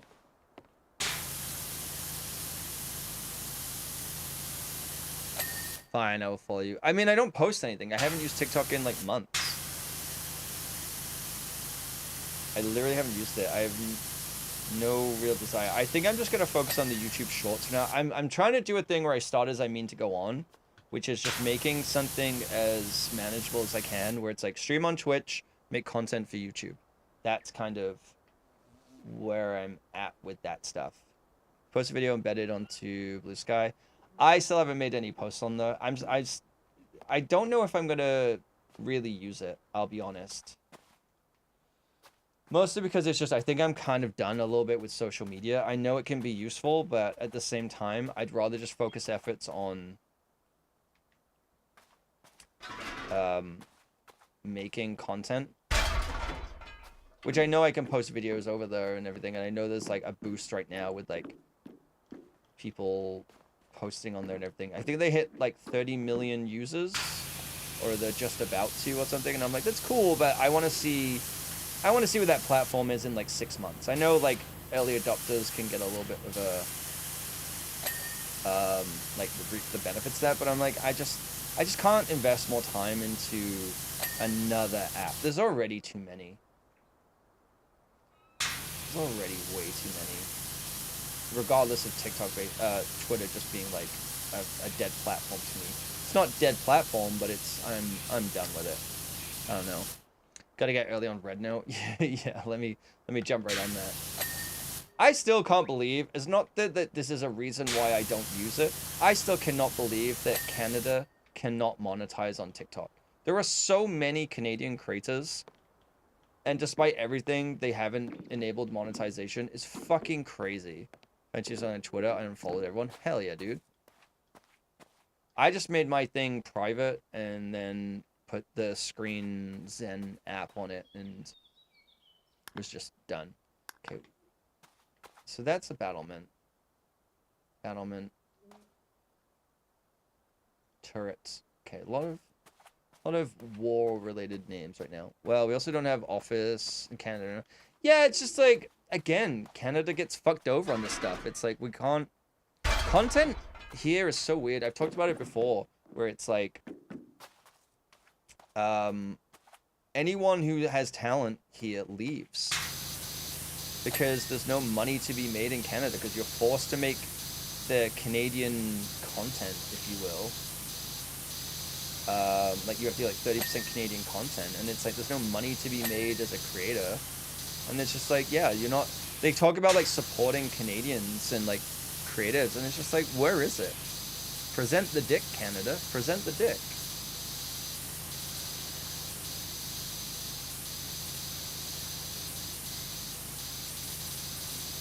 Alright, we're doing it. We're doing it. There we go. Alright. I'm a three-pronged believer. No, Canada banned TikTok officer. Oh, good. Great. Great. At least you don't have to purchase a license for being a TV channel if you go to... Yeah. Well, I mean, like, in the UK, you have to purchase a TV license to watch TV. And the taxes too. Yeah, it's just like, it's crazy. Doesn't help we constantly make laws that do not benefit new media. Yeah, in fact, the only new laws I've seen come in are ones that are against it, where it's like, that's, what was it, the C1 law or whatever, where it's like online media. It's like, yeah, you have to like also include 30% Canadian. And you're just like, what the fuck? What does it mean? What does it mean? OTA TV does? Yeah. Well, if you signed my contract when I was out there, you'd be on TV. True. True. But, I mean, like, Canadian TV. Like, I'm sorry. The only thing we have is, like, CBC Gems, and then all the talent there, it's like they just leave. Once they get popular enough, they just leave and go to the US. That's literally what happens every single time. The fuck is this battlement, dude? Oh, it's that one. Okay. I get a little bit longer. I got a ways to go. Is that streamers on Twitch? Yeah, it's so weird. I mean, there's even things where it's like you on some channels, depending on where you are in the States, you can't even like do giveaways because it's considered a lottery. And there's just like so many weird rules. I don't know. Yeah, Canada is like both be proud to be Canadian, but then it's like, but we're actually going to make it harder for you. And then they're like, why do all the good people leave? It's like, because you make it hard for them to make a living and do well. That's why all of the actors on like CW, all the CW shows are made here because of tax credits. So we're giving benefits to other countries to come and film here. And all the actors leave, go to the US, get hired in the US, and then come back and film here. So none of the money that they're spending is going into the economy through wages or anything. It's all being funneled out. When I spoke at All Access, just some media producers had no idea what live streaming was. Oh, yeah. I mean, Christ, even things like Music Bed, when I was signing up for the music streaming for clearance on videos and stuff, it was like, hey, why do you not have something for live streaming? Like, you can't even, like, enter Twitch as one of your channels for, like, whitelisting. And I'm like, this seems like it should be part of this service. Like, what the hell? Decorative window arches. Okay, which one? Probably this one? No? Yeah, certain streamers in Germany do. Firstly, as a streamer, do not need the broadcasting license. No license needed to do web broadcasting yet. Yet. Again, it's just like making it more expensive. Oh, man of wall. There it is. Okay.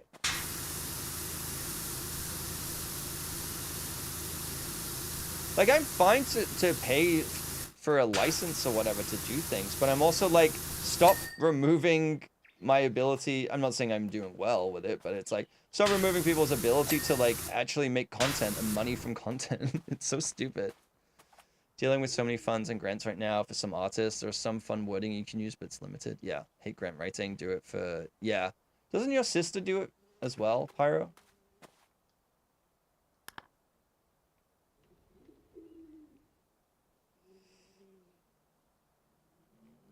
Newspaper industry, yeah. We don't have anything specific to live streaming, so they had to purchase the same license. That's crazy. That's crazy that, like, again, it's that small business thing. I was talking about, where was I talking about this? I was talking in Paya. Paya was streaming yesterday. And we were talking about that, about, like, how banks and everything, if you set up a business, how it really hurts small businesses because you have to pay all of the same fees as any other size business. And the only way it's waived is either you pay more money so that there's no additional fees, but you still have to pay fees on like e-transfer and everything, or you have to have $60,000 in a checking account, in a business checking account. And like any small business doesn't carry $60,000 in a checking account. That just isn't a thing. It's so weird. There's no like there's no like there is technically a tiered system, but it's like really heavily skewed to like you have to pay a lot to get a little. It's really bizarre. Okay, what have we got? What have we got to do? I wish I knew what these things wall bases. Okay, Wall bases and wall planters. So that's a wall planter. That one? Okay. Oh yeah, there we go. Wall bases. What is a wall base?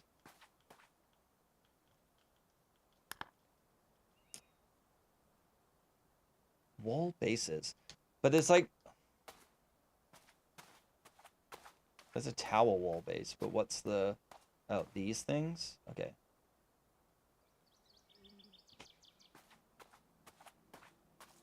Oh, I saw something.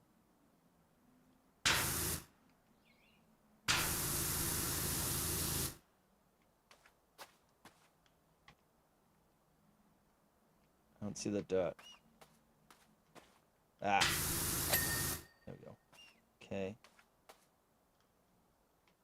Wall base, wall base, home base, wall base, wall base.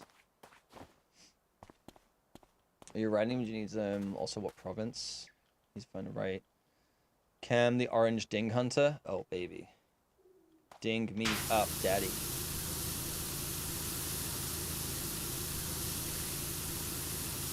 What? Where's the... Okay. Come on. This is that thing where it's like, yeah, you can do broad strokes on this, and then suddenly it's like, oh, no, sorry. You got to get every single piece of that. 250 for that. That's crazy. Okay, which wall base? It's got to be the... It's always the last one you look, you know? It's always the last one you look at. Run, run, run. It's got to be this one. One of these. There we go. Yeah. Clean. This house is clean. Roof spike mount string course ledges.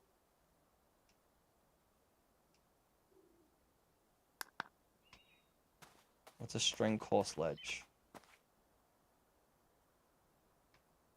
What is a string course ledge? I don't know what that means. These things? Oh. So that one's good. That one's good. That one's good.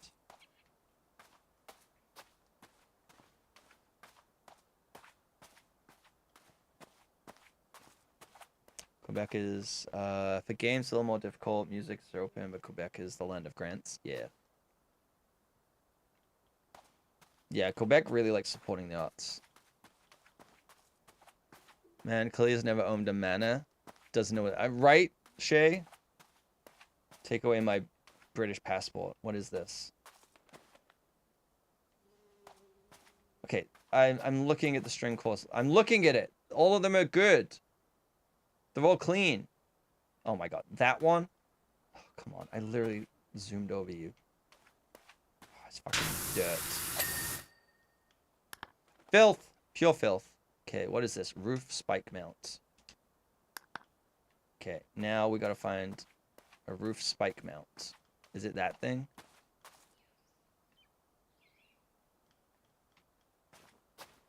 Roof spike mount. Who this? Apple. Okay. I don't see anything flashing.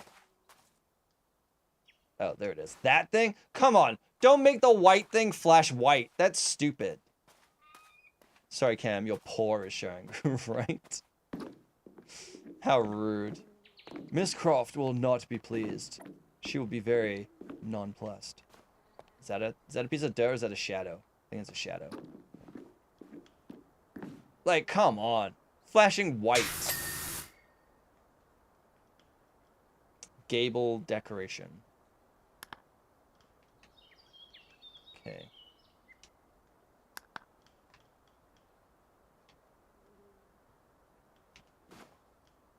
Oh, no, it was that thing. Oh, I was already there. I was already there. You really need to focus on doing the work more than other stuff. I think the grants can help, though, right? Like, the grants can help because there's also that stress of, like, having to find a job and work the job, and that definitely makes a difference, right? That stress of having the freedom and the being able to do that stuff. Okay, I don't... Gable decoration border. Okay, well, at least it's the same area. I think it's the dirt. There we go. And then large windows. Which one, though? Which one? This one. Okay, well, I didn't... Oh, come on. As if I was gonna... Without the dirt thing, as if I was gonna see that.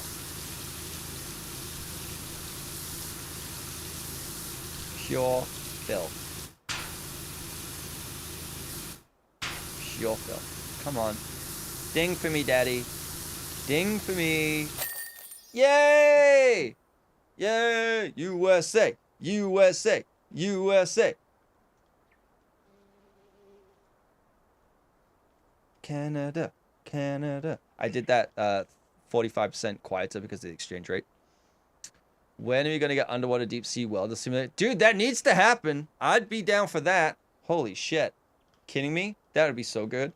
Or Roman dam builder simulator. That would be pretty cool, where you gotta like put all the things in and drain the water out and everything. That would be pretty cool. And you gotta make the concrete that can whatever it does, where it auto repairs itself. Man started chanting USA and I was about to stop booing. Yeah, the British man in Canada chanting USA. His friend says special case well, more difficult people think, different competition no. I'll bring my baseball bat, we can take out his kneecaps, drop across the border. You know what? That's fine. That's okay. I'm okay with it. Okay. Things are cheaper though, so. Yay! I did it! I did it. Oh, baby. It only took me, what, 4 hours to clean this whole Croft Manor? For $400? For $400. So $100. I mean, $100 an hour is not terrible. It's not terrible. It's not great. Free flip. No, they won't. They'll charge me for it. Christ, you think they're gonna give anything away for free?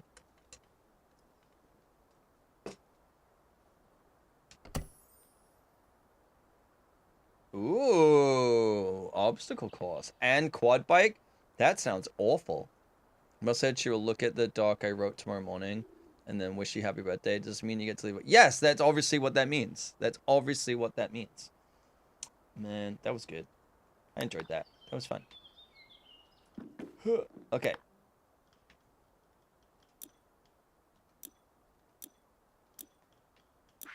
Sweet. Cool. 3 o'clock is early enough? Yeah. That's absolutely early enough. Oh. I can't believe I've spent 56.5 hours in Battle Wash. And 57 hours in Balatro. Oh my god, I've been playing Balatro a lot. That's crazy. I love that game. I finally unlocked the plasma deck and I beat the first level. So I'm working my way through all the different stakes. I've only got as far as purple stake on the red deck, and then I'm trying not to burp in the microphone. I've gone as far as the purple stake, I think, on the red deck, but I want to unlock, if I can, I want to do gold stake on everything, but that will take a million years because they're very difficult to do. So it's not coming out. The burp's not coming out. Okay, blame Scott. Okay. Let's see what's going on in the Twitchiverse, shall we? Shall we? Okay, I'm gonna, because he's streaming again. He's streaming absolute garbage, but I think it's funny. I'm gonna raid Pyre, who's back streaming. He's pretty great, fellow Canadian guy. Do more burpees. I'll go down. I'm trying to get one type of burp out, okay? But yeah, go say hi to Pyre if you're with us on Twitch. Thank you for hanging out, everyone. I appreciate it. Thank you for the raids. Thank you for the follows. Thank you for the hosts. You guys are the best. Thank you for being here. I will be back on Saturday. It's Wednesday today. I'll be back on Saturday. We will be live at 10 a.m. on Saturday morning Pacific time. If I'm late, I owe squats. But yes, go say hi to Pyre. He's pretty great. Go ask him about business. He's really good at that stuff. I just want to know if you can leave your desk. Yeah, you can. Yeah, it's your birthday. Go fucking work out. He'll be fine. I'm about to go and do the same. No, not 10 a minute. Absolutely not 10 a minute. 1 a minute. Okay. Say goodbye to Sarah one last time. Bye, Sarah. Thank you everyone for hanging out. I'll see you on Saturday. Have a great rest of your week. I love you. Bye. I forgot to put the music back on, so it's super awkward and quiet. But, you know, if you're watching the VOD or YouTube, you already know how this feels. Okay, bye.